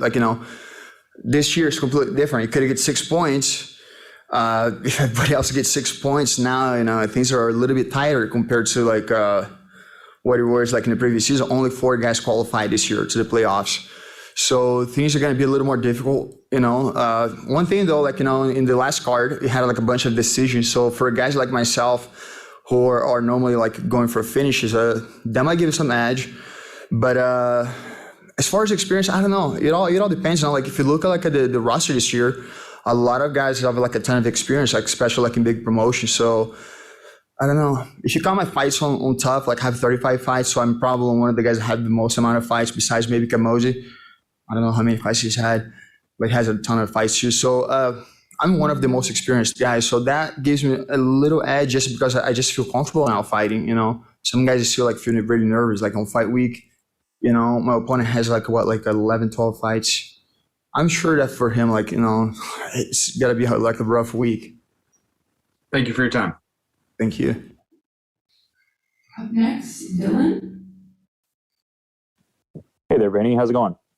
Pretty good. Pretty good. I'm just kind of curious because, the last time I'm seeing you competed in MMA was October 2019, but keeping active on the submission underground circuit as of late. How do you feel getting back to a competitive MMA framework here? Well, I've been begging for my manager to give me fights through this whole period. For me, I was just trying to stay busy with grappling. As a matter of fact, that's what I was getting ready for. That's why I was a little bit heavier and everything over the last few weeks, because I was planning on competing in jiu-jitsu tournaments since I didn't have anything contract to fight MMA. But since last year, I was asking my manager to give me a fight. I want to fight, I've been ready to fight, like I would say, since my last one. I was not with PFL. I didn't have a contract with PFL. So for me, I was looking to fight anywhere. Not ready to get any, like, locked in any contract. I really just want to be a free agent, getting fights as much as I could. Unfortunately, things didn't happen. But fortunately, I got back with PFL, which is like a promotion I have always, liked fighting for since like World Series days. And then it's good to be back. Even though it was like the 4 weeks thing, it's still good to be back. Yeah, and you touched on it too with the long history in the promotion, and you've had a good couple runs in the tournament structure, even getting to the finals in 2018 there. I'm kind of curious, is there a level of redemption heading into this upcoming season here, or is it just like a clean slate? You're not looking at the prior season backdrop there? Like I was just saying, it's a different format this year. For me, PFL, it's that thing. You're not just going fight for fight. You have to, right? Like, got to focus each fight at a time. But you're not here just to fight and see how it goes. Like, you really think about like the big prize. And like I was just saying, like a couple of questions ago, like for me, like, I'm not one of those guys. I don't have like 10 years of like fighting anymore. So for me, it's like, every opportunity that I have, like, I got to get the best of it. And so I feel like that's my shot. Like, I would say that winning like this season, I will have to like think if I'm going to go for another one, if I'm going to stop fighting. It's one of those things I don't have any reason to stop fighting. I feel like healthy, like, I'm feeling good, like physically, mentally and all that. But I'm just not one of those guys that plan on fighting until like I'm 42, 45. It's just not my thing. I got to think of like my brain health too. It's not just about like being like physically fit and things like that. I got my kids and I want to like enjoy time with them too. And when I'm in training camps, really rough, like to spend time with the family. So I'll do as much as I can, but I'm not going to be doing for much longer. So every opportunity that I have with PFL, it's always been, hey man, I make that 1 million. Let's see how it goes. Maybe go for another one, but most likely if it's maybe one, maybe two, and then I'm done. Awesome. Thanks for the time, man. Oh, thank you. Let's go with Alex, Cage Press. Hi, Vinny. It's Alex from Cage Press. I was just wondering if you had the chance to see your former Ultimate Fighter castmate Tom Lawlor in the hotel at all. We actually have been sharing like the workout room sometimes. Me and Tom, like, we're good friends. So that's a fight that I want to make sure if it has to happen, like, it's got to be in the final. That I don't want to fight Tom. He doesn't want to fight me. We are good friends. It's not just like we not just know each other. We are good friends. Awesome, and good luck. Thank you. Head Kick Audio. All right. Hey, how's it going, Vinny? This is Steve from Head Kick Audio. On my show, I interview a lot of fighters. And outside the bubble, it seems like you've been getting a lot of work with a lot of fighters. That leads me to my question for you is, what kind of adjustments and new looks are you getting that you think are going to help you through this tournament? Well, as far as adjustments, like, I don't try to keep secrets. There's no secrets. Of course, like, I always try to improve like the things that I'm not that good at, or maybe not as good as my jiu-jitsu. That's always my number one thing. Everybody knows there's no secret about that. But, of course, trying to improve like my striking, my wrestling. I feel like the main thing that people overlook sometimes, everybody talks about striking. For me, I feel like people overlook the wrestling part of it, because I feel like I don't have to land those punches, but if I can make my wrestling work once the fights are on the ground, like, as you guys see, like, I'm most of the time finishing the fights. So I've definitely been trying to improve my wrestling. Conditioning is the thing, like, it's like if once you start to wrestle, like, if you fail those takedowns, you start to get tired, then things usually go really bad, like, your way. So overall game, like, you got to improve, and including my jiu-jitsu, I got to just make more efficient. And but a whole year that he had, like, that nobody fought, like, especially people that were already like under contract with PFL. I was in a different situation. I didn't have a contract. I was trying to get fights, so I was training. I was trying to improve my game. And I don't know what I'm going to bring. I got to get a real fight. And on Thursday, I'm going to get a real fight, and I'm going to see like where I'm at, when it comes down to like a fight. As far as training, I've been feeling pretty good. I feel like everything has improved over time. But things are completely different when you're actually looking at a real situation. Thank you, sir. Thank you. Tanai. Hey, Vinny. Tanai from MMA Island. How's it going, man? Doing pretty good. Pretty good. So I asked Jordan the same question. You obviously have 16 submissions and Jordan has 9 in his MMA career. To be fair, he said that you have the better jiu-jitsu game, but he also said that he has the better overall game. What do you think? Who has a better ground game and overall game? I don't want to be I don't want to be rude, but of course I have the better jiu-jitsu game. It's not even comparable, but it's funny to say the overall game. It's just ridiculous when people come up well, if Vinny have the overall game, it's easy to say that. What are they gonna say? They're gonna just make themselves sound stupid, saying that they have the better jiu-jitsu game. They won't say that, right? So they have to say, I have overall game. How many people has ever knocked down? I have watched these fights. I haven't ever seen knocking down anybody or knocking out anybody, right? I do have 3 knockdowns, plus I think 4 TKO or KO finishes. He has none. There have been fights that I've dropped people with punches, and then I finished it with submission. 2 of them actually. So it's one of those things. Yeah, Vinny's a jiu-jitsu guy. No, Vinny's not a jiu-jitsu guy. Vinny's just a better jiu-jitsu guy than I am. So I have to have something else to beat him, and that's pretty much the same talk that I've been hearing through my whole career. Sounds good, man. Can't wait to see you guys go after it on Thursday. Good luck. Thank you. Mike Owens. Hello, Vinny. This is Michael from Mike Owens Media. You've had How's it going? I'm doing well. Thank you for asking. How are you? Pretty good. Superb. 18 of your 19 wins have come via stoppage. And as you mentioned, there's been some changes in the PFL tournament formula. Do you feel any extra pressure to go out and get a finish on Thursday night?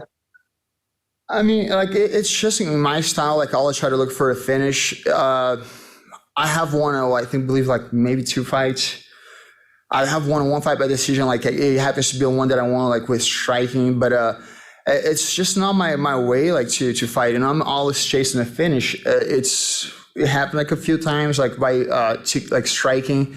Mostly by submission, and that's just the way I like. It's just it's an overall thing that's better. It saves you energy. Avoids it doesn't allow you to take much punishment. You don't have to do a lot of damage to your opponents either. Not I care about my opponents, but it's just the whole thing. It keeps you fresh, so you can get ready for the next one.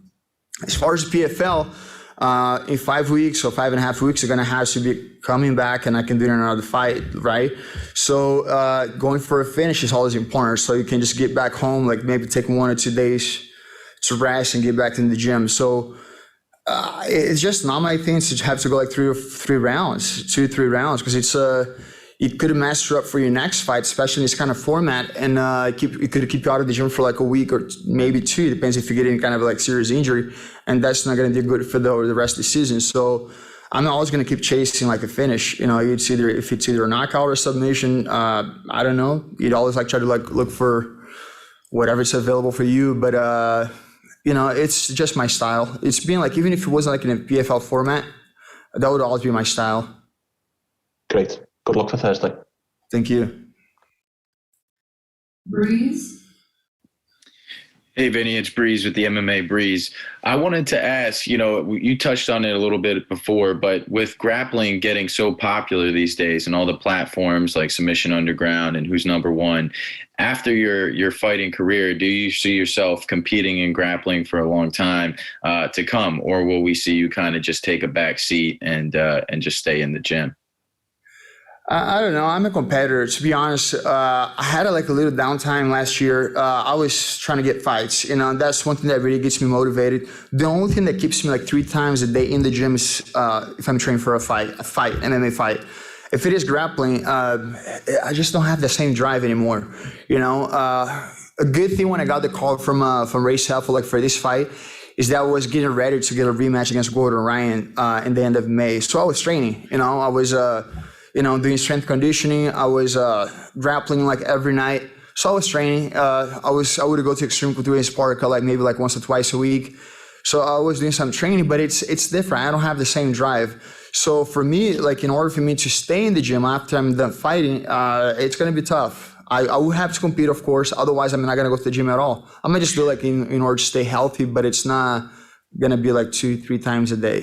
For me now, I got to a point that I am in the gym, it is to for a goal. It is for a competition. It is to get result from something I'm training for.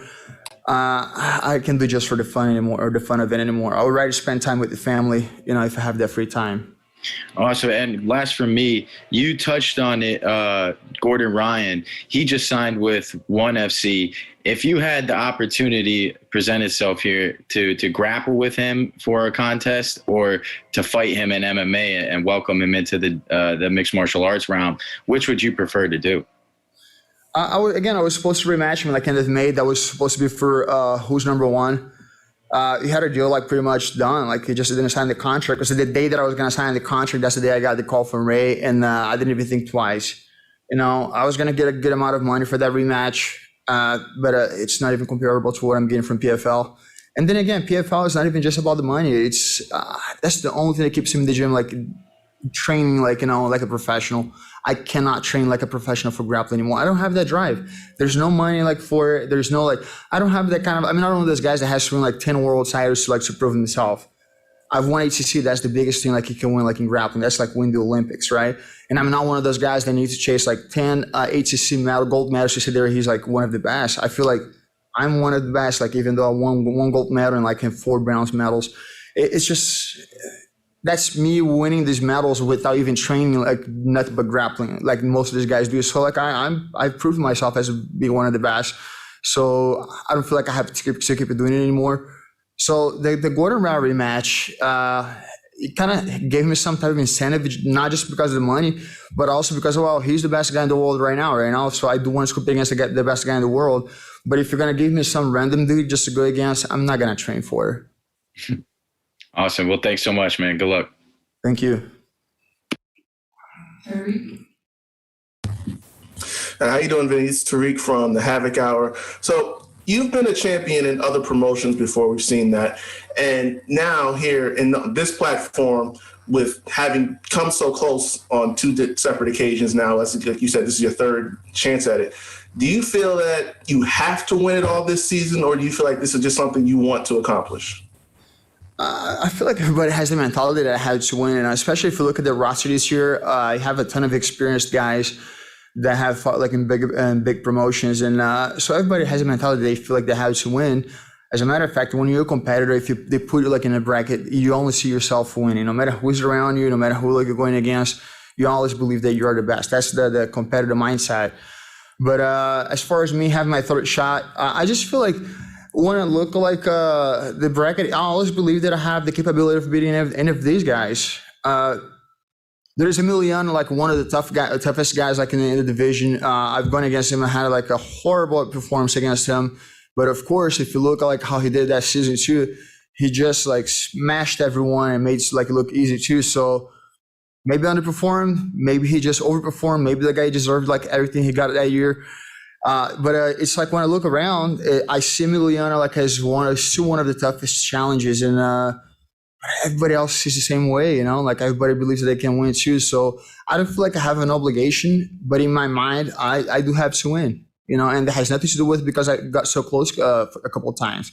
It's just because the reason I'm here is to win the whole thing. Hey, thanks a lot. Good luck on Thursday.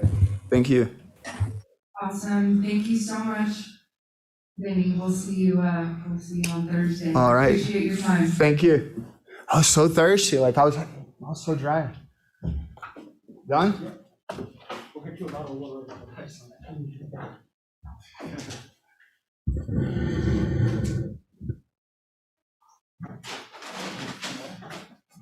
Good afternoon, guys, ladies and gentlemen.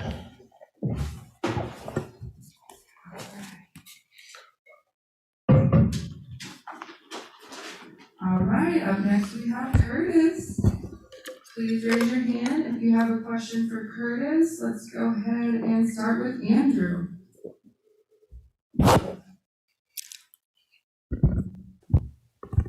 Hey, Curtis, Andrew with MMA Sucka. I'm just curious to know, how do you feel coming into this PFL? I don't know if you've ever done tournament type matches before. If you haven't, how do you feel about this, the structure and format?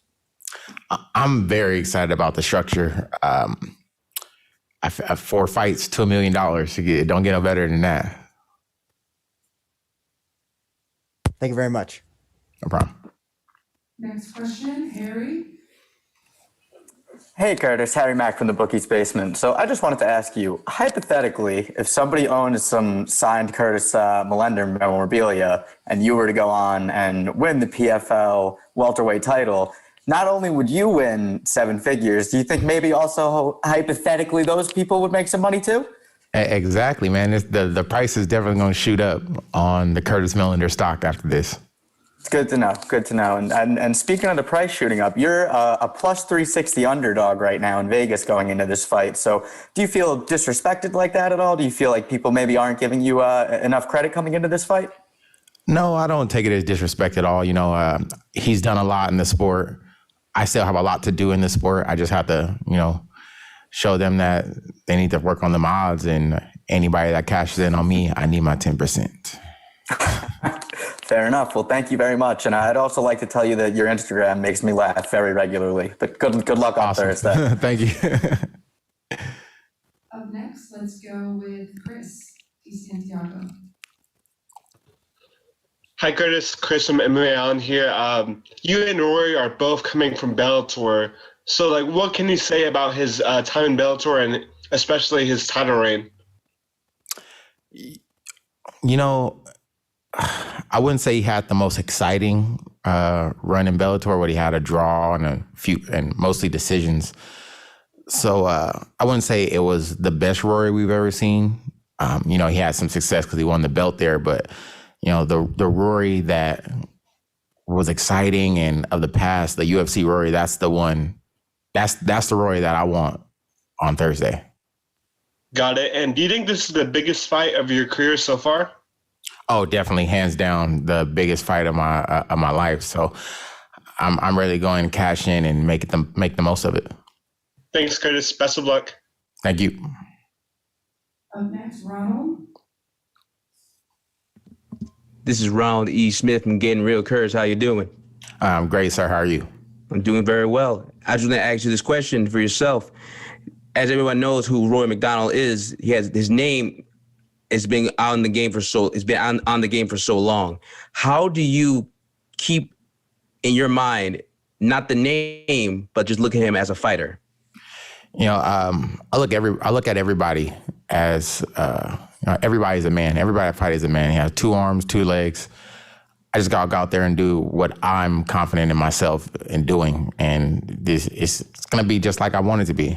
Go out there and be dominant and finish Rory. And since you will be on ESPN too, for the new fans who will check it out, what do they need to know who Curtis is? Man, high level striking, crazy speed, and crazy creativity in there. That's all we need to know. We'll see you then.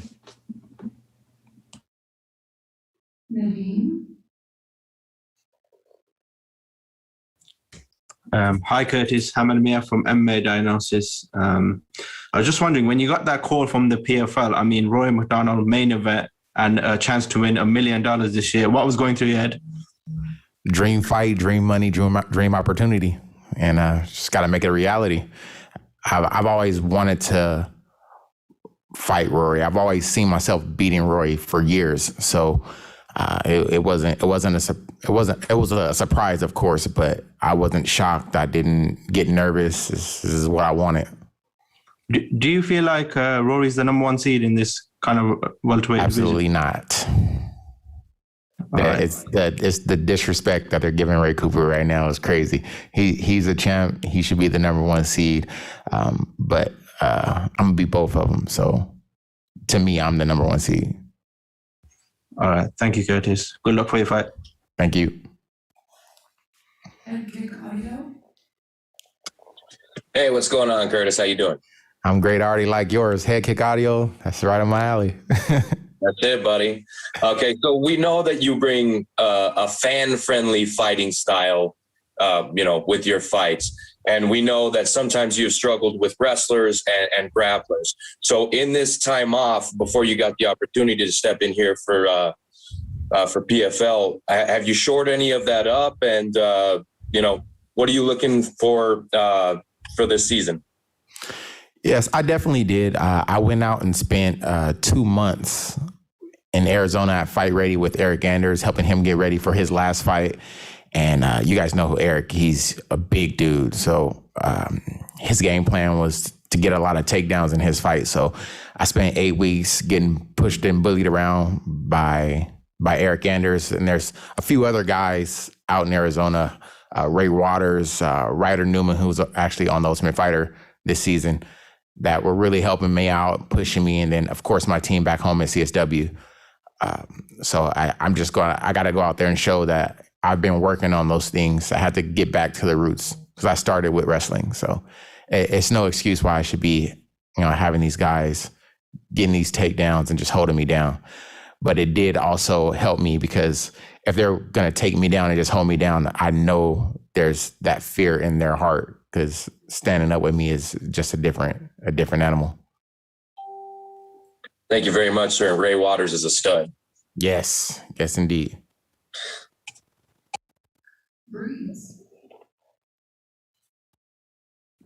Hey, this is Breeze with the MMA Breeze. So, like you said, getting back to your grappling, what do you think is your best path to victory against Rory MacDonald here with this fight? You said you spent a lot of time with your grappling. Of course, that's going to be anticipated.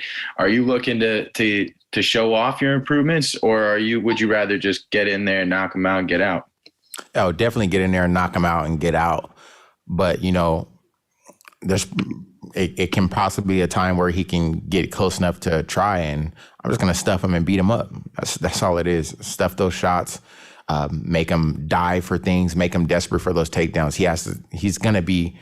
I have to put that fear in his heart with my striking to where he's diving and doing anything he can for those takedowns.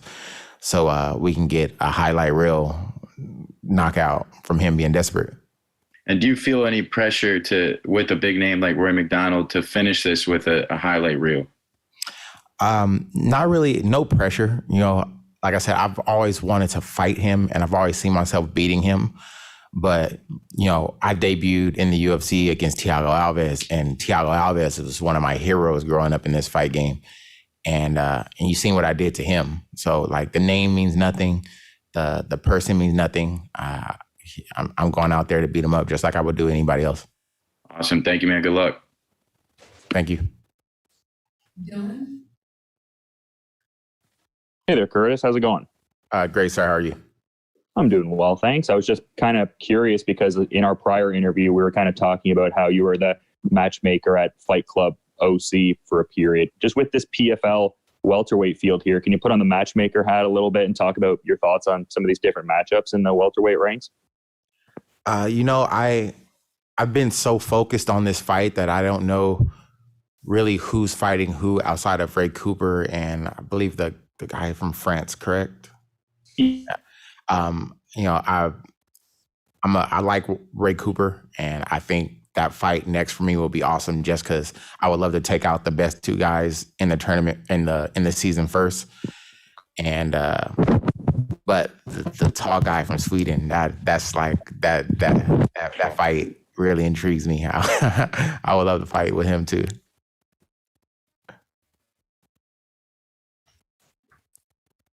Up next, Roz. Hey, how are you? This is Raz from Everything MMA Era. So just kind of touching on this Rory fight, what do you think kind of separates you from Rory on Thursday night? And how do you see the fight ending? Definitely would knockout or TKO. The difference is the speed and the ability I have with my lead hand as far as how creative my jab is and how fast my cross is. If he hasn't fixed that head movement thing, I don't even see him making it to the June fight because I'm coming to smash that nose all the way up. Okay, and then following up on that, how do you see that speed going against Roy Cooper? Can you say that one more time? Sorry. So just kind of to follow up on that in terms of kind of what separates you from it. So how would you see kind of these attributes and everything you went through against Ray Cooper in a potential fight? I think it's worse for him because he has to come to me, and he showed in his fights where he'll die for those takedowns. He'll football tackle to get those double legs. I'm waiting for that. That's a fastball down straight down the plate. I'm knocking that out the park. Okay. Well, best of luck on Thursday. Thank you. Up next, Alex, Cage-Side Press. Hi, Curtis. It's Alex from Cage-Side Press. Do you think that you staying active and fighting twice in 2020 will give you an advantage over Rory, who was on the sidelines? I'm not a huge believer in ring rust, but definitely how his last fight ended and him having that year off. He probably got a lot of time to heal up the little nagging injuries. So I'm sure he's going to come out and put his all, but his all isn't going to be enough. Thank you and good luck. Thank you. Mason. Hi, Curtis. This is Mason from the Sports Sesh podcast. How are you doing today? I am great, sir. That's great to hear. Obviously, as we all know, your opponent, Rory, has been in some of the greatest fights we've seen, most notably in his second fight with Robbie Lawlor.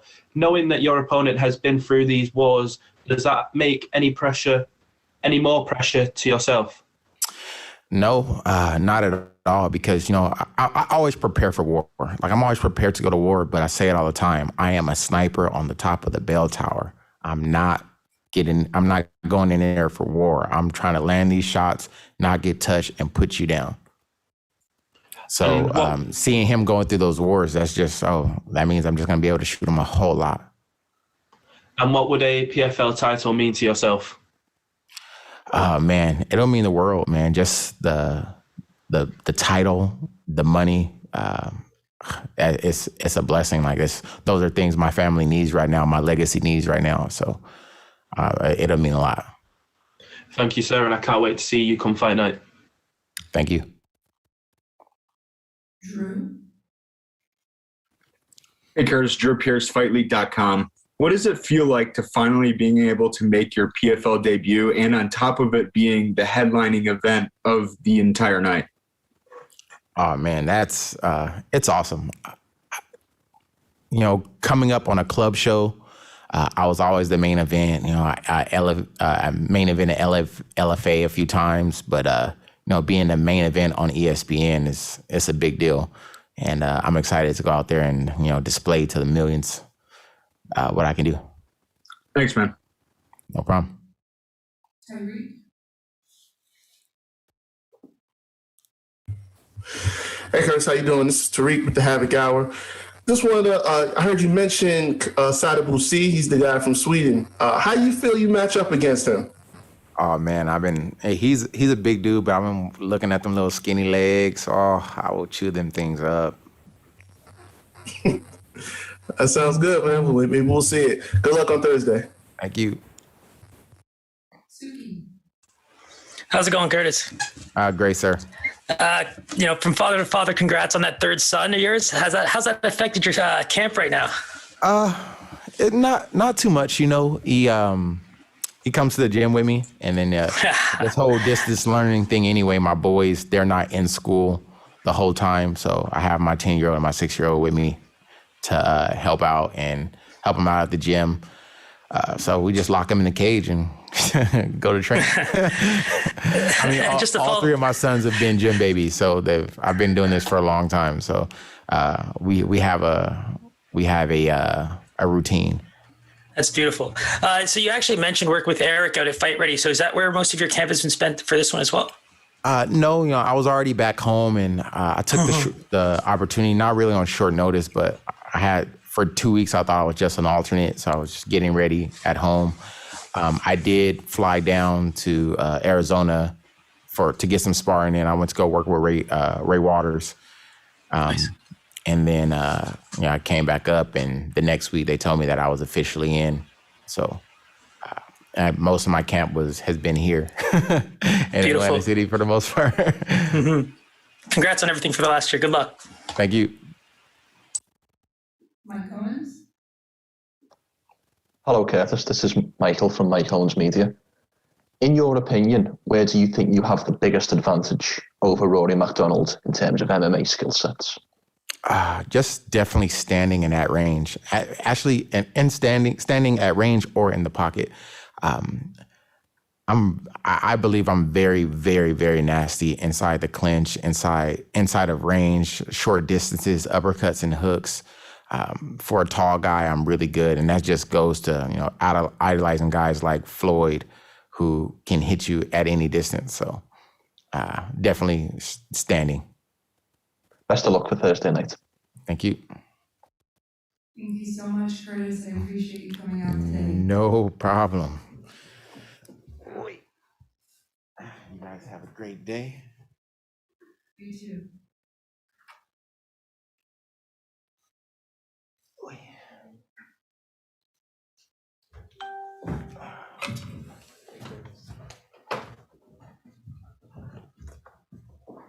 All right. We have Mr. Rory. Oh, yeah. All right, please raise your question. Please raise your hand if you have a question for Rory. All right, let's go ahead and start with Alex, Cage Side Press. Hi, Rory. How are you doing? Good. How are you? Good. Thank you for asking. So I guess I just wanted to start. You're coming up on your 5-year anniversary with your fight with Robbie Lawlor. And I mean, many people think that's, the best fight of all time. I guess I wanted to ask you, do you see that as the best fight of all time? It's probably up there, I guess. There's been so many good ones, but I appreciate people who like that fight. Obviously, would have been nice to be on the winning side of it, but it goes down in some kind of history of the sport, and it propelled my name in the sport, so I'm grateful for it. Awesome, and good luck. Up next, Daniel. Hey, Rory, this is Daniel from Cage My IQ. Being it as you're one of the biggest signees in PFL history, what have you done to get ready for your fight? And then how do you feel about the format that enticed you to sign with PFL? Yeah, so I recently went down to Sanford MMA to train for this upcoming fight. I've been doing a lot of work at TriStar and with my kickboxing coach, Crew Ash in Montreal. But about a month before my training camp, I had moved to Sanford because where I'm living, they really shut down everything because of COVID. So I wasn't able to train for a fight there. So I've been doing my preparation there at Sanford, and it went really well, feeling good, and looking forward for the season. Sure. Next question will be from Harry Mack. Hey, Rory, Harry Mack from the Bookies Basement. I hope all is well. So you kind of touched on it just now a little bit, but so Firas Zahabi has been very vocal lately about, I guess what he views as kind of excessive police visits and restrictions from the government there. So I guess I just kind of wanted your personal take on the situation. Yeah, I think that the government in Canada is really overreaching their power, and they're trying to make a lot of changes to our country, and there hasn't been much resistance, so there's been a lot of changes happening in my country for the worse, in my opinion. It's pretty upsetting. Got it. Well, thank you very much. Best of luck on Thursday. Thanks. Up next, Breeze. Hey, Rory, this is Breeze from the MMA Breeze. Wanted to ask you, in coming to the PFL, did you consider any other organizations? And if so, what brought you to the PFL specifically overall? I was considering all organizations. What the deciding factor for me was the financial aspect of it. PFL presented the best offer and is the best contract of my career thus far. So I was very excited to move with them. And, besides that being the main reason, I really was intrigued by the format. I liked, the fact that I would be busy. I would know my schedule for the year. And also, I feel like the growth of PFL in the next couple of years is gonna really rise to the top of the top echelon promotions in this sport. Right on. Thanks so much, Rory. Good luck with the tournament. Thanks. Up next, Brady Austin. Hi, it's Brady Austin from Behind the Grind. And have you made any switches in training after you figured out that you'd be fighting Curtis Millender on short notice? Not really that much. You know, he's a taller guy, so just more mentally, you know, making my adjustments because I know, you know, through years of experience of how to fight, you know, taller kickboxers and things like that. So there wasn't really a lot of time to adjust. I think it was a couple of weeks ago that they announced it, but the work was pretty much done at that point. But I'm very confident in my ability to adjust on the fly. So those kind of like opponent changes, doesn't really affect me because I feel very confident fighting a broad range of different styles. Thanks, Rory. Good luck on Thursday. Thank you. Dylan? Hey there, Rory. How's it going? Good. You? I'm doing well, thanks. But you were kind of talking about that confidence, just being able to fluidly adapt with whoever you're getting out there to fight. Is that part and parcel with just like the multitude of bodies and styles that you get to work with at Sanford MMA there? Yeah, and just over the years, you know, of training I think I've been training now in mixed martial arts for like 17 years. So you come across all different body types and styles. I've fought quite a bit of different martial arts styles. So, you know, with that experience, been able to feel pretty comfortable adapting to them. Yeah, for sure. And it seems like per your social media, very family oriented. Has this bubble experience been a great deal difficult being away from the family? And just as a broader question, how has the bubble experience been overall? Well, I've handled it pretty well. I made sure that mentally going into it, I was ready for this.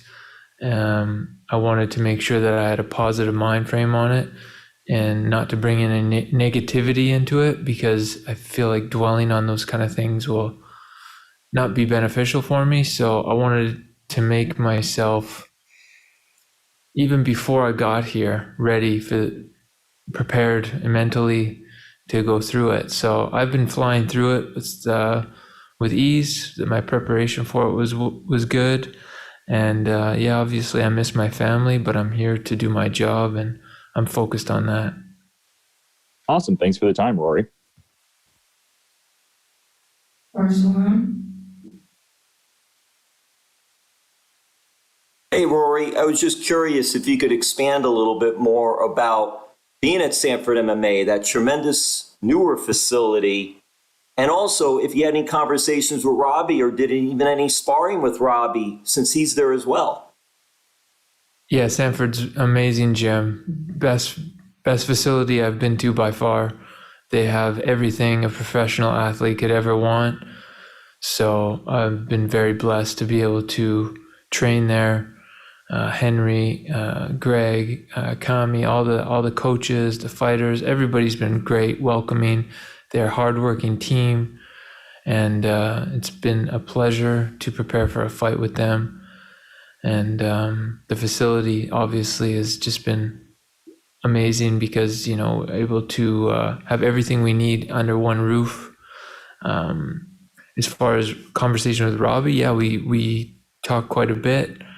Super down-to-earth guy, regular conversation, nothing too fight-oriented. And yeah, I think we've done some training together. Not much, but we have done a little bit. Well, I know you guys, with the eating, you have to be careful when you're getting ready for fights, but have you checked out Doris's Italian Market yet in Coral Springs or Boca? No, not yet. All right. Thank you so much. Thank you. Ronald? This is Ronald E. Smith from Getting Real. Roy, how are you doing? Doing good. You have been you you have been in the fight game for so long, and it's always hard, as they say, to keep the fire burning. So with yourself in a new company, how have you been able to keep yourself motivated through this? Well, thankfully, I'm remotivated, goal-oriented, and focused on getting to that goal. For about a couple years prior to signing with PFL, I had kind of been going through a slump of losing that fire, the desire to train, desire to fight, but I was going through the motions. But I thank God that, kind of around when COVID hit, beginning of 2020, I found, new inspiration in the sport. I found my desire to achieve something, to set a goal and go forward. And that's been my motivation, figuring out my why. Why am I doing this? Thank you very much. Christy Santiago. Hi, Rory. Chris from MMA On here. Your former UFC compatriot Anthony Pettis made his PFL debut last week. Can you give me your thoughts on his performance? Yeah, I thought it wasn't his best performance. Clay got in his face and really put the pressure on him for the first 2 rounds. He was able to come back strong in the third and land that big head kick. But it seemed to me that he was waiting too much. I don't know what the factor is, why he wasn't pulling the trigger as much, or if he was looking for, a big flashy knockout. But Clay brought it to him, got in his face, and made it a really difficult fight for him. So just shows you can't sleep on anybody, coming from a big organization like UFC. You got to fight everybody as if it was your championship fight. Got it. And before the fight, he said that he said that he's most definitely gonna go up to 170. So do you think that fight would interest you in the future? And do you think that you would entertain that fight as a super fight? Absolutely. I would be interested in that. When he first signed, I thought he was going to be at 170. I thought that was going to be a great addition. But, he bounces between the two. So, if next year he decides to go to 170 for PFL, absolutely. I think that would be a great matchup. Awesome. God bless you.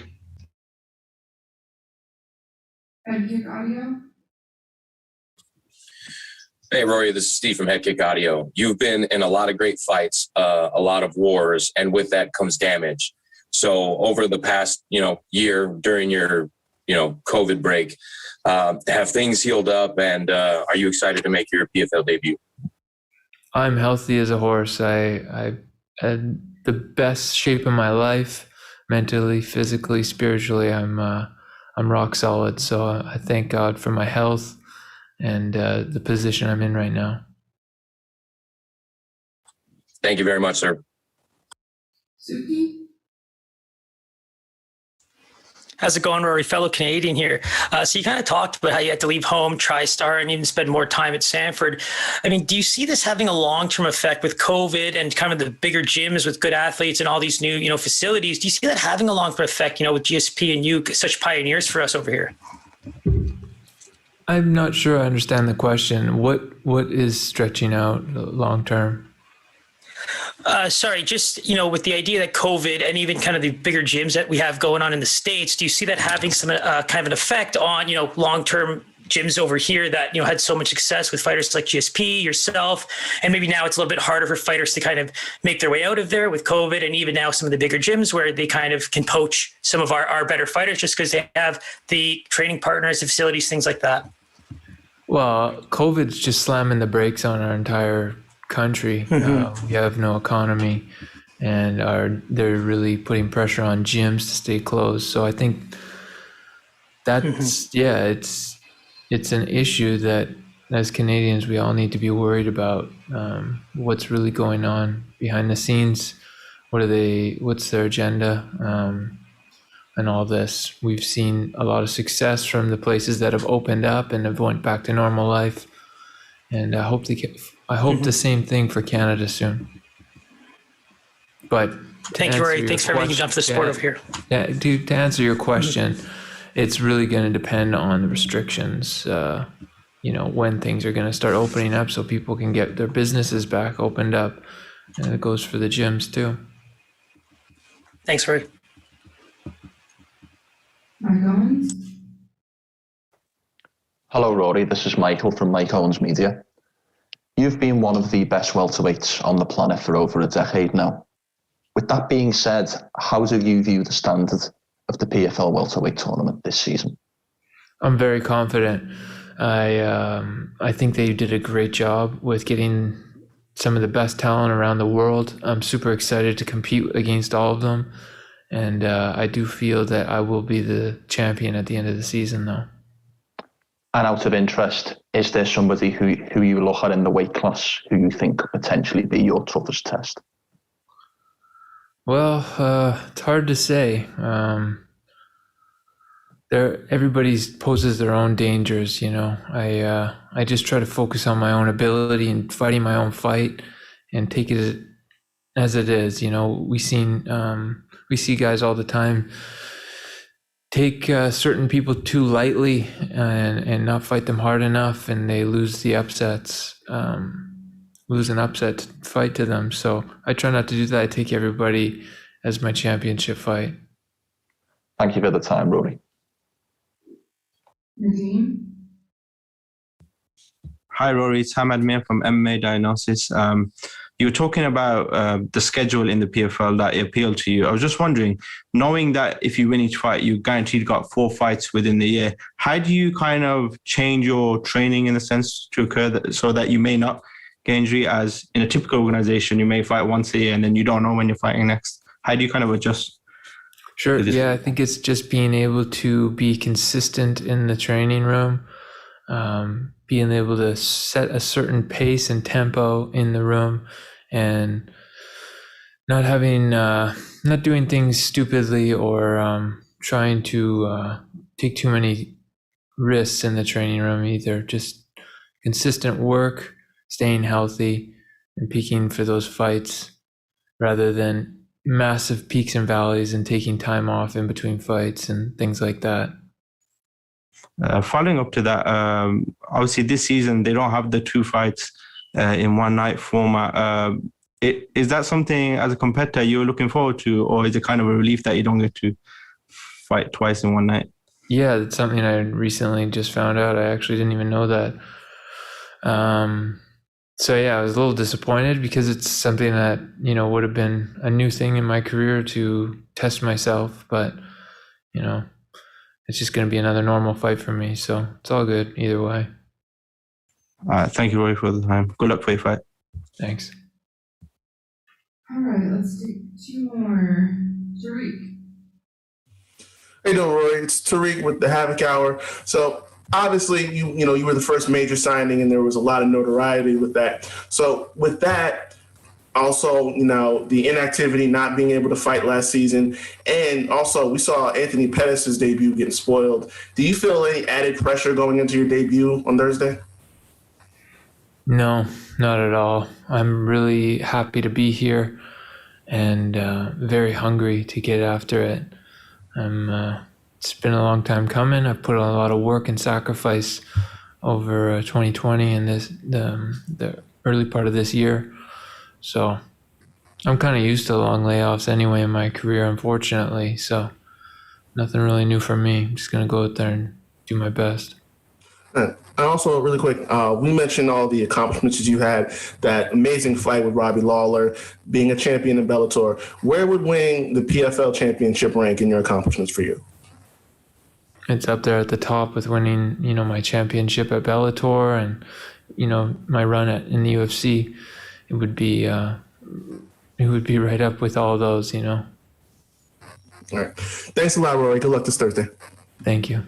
Last question. Drew Pierce, please.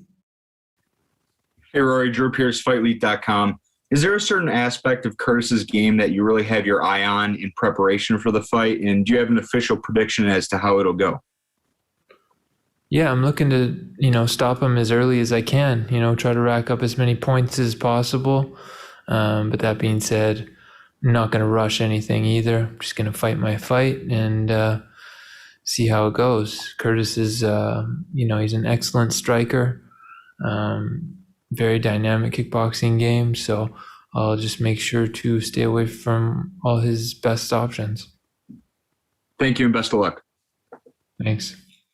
All right, guys, that concludes our PFL2 Media Day. Rory, I appreciate you making the time. Thank you. Thanks, guys.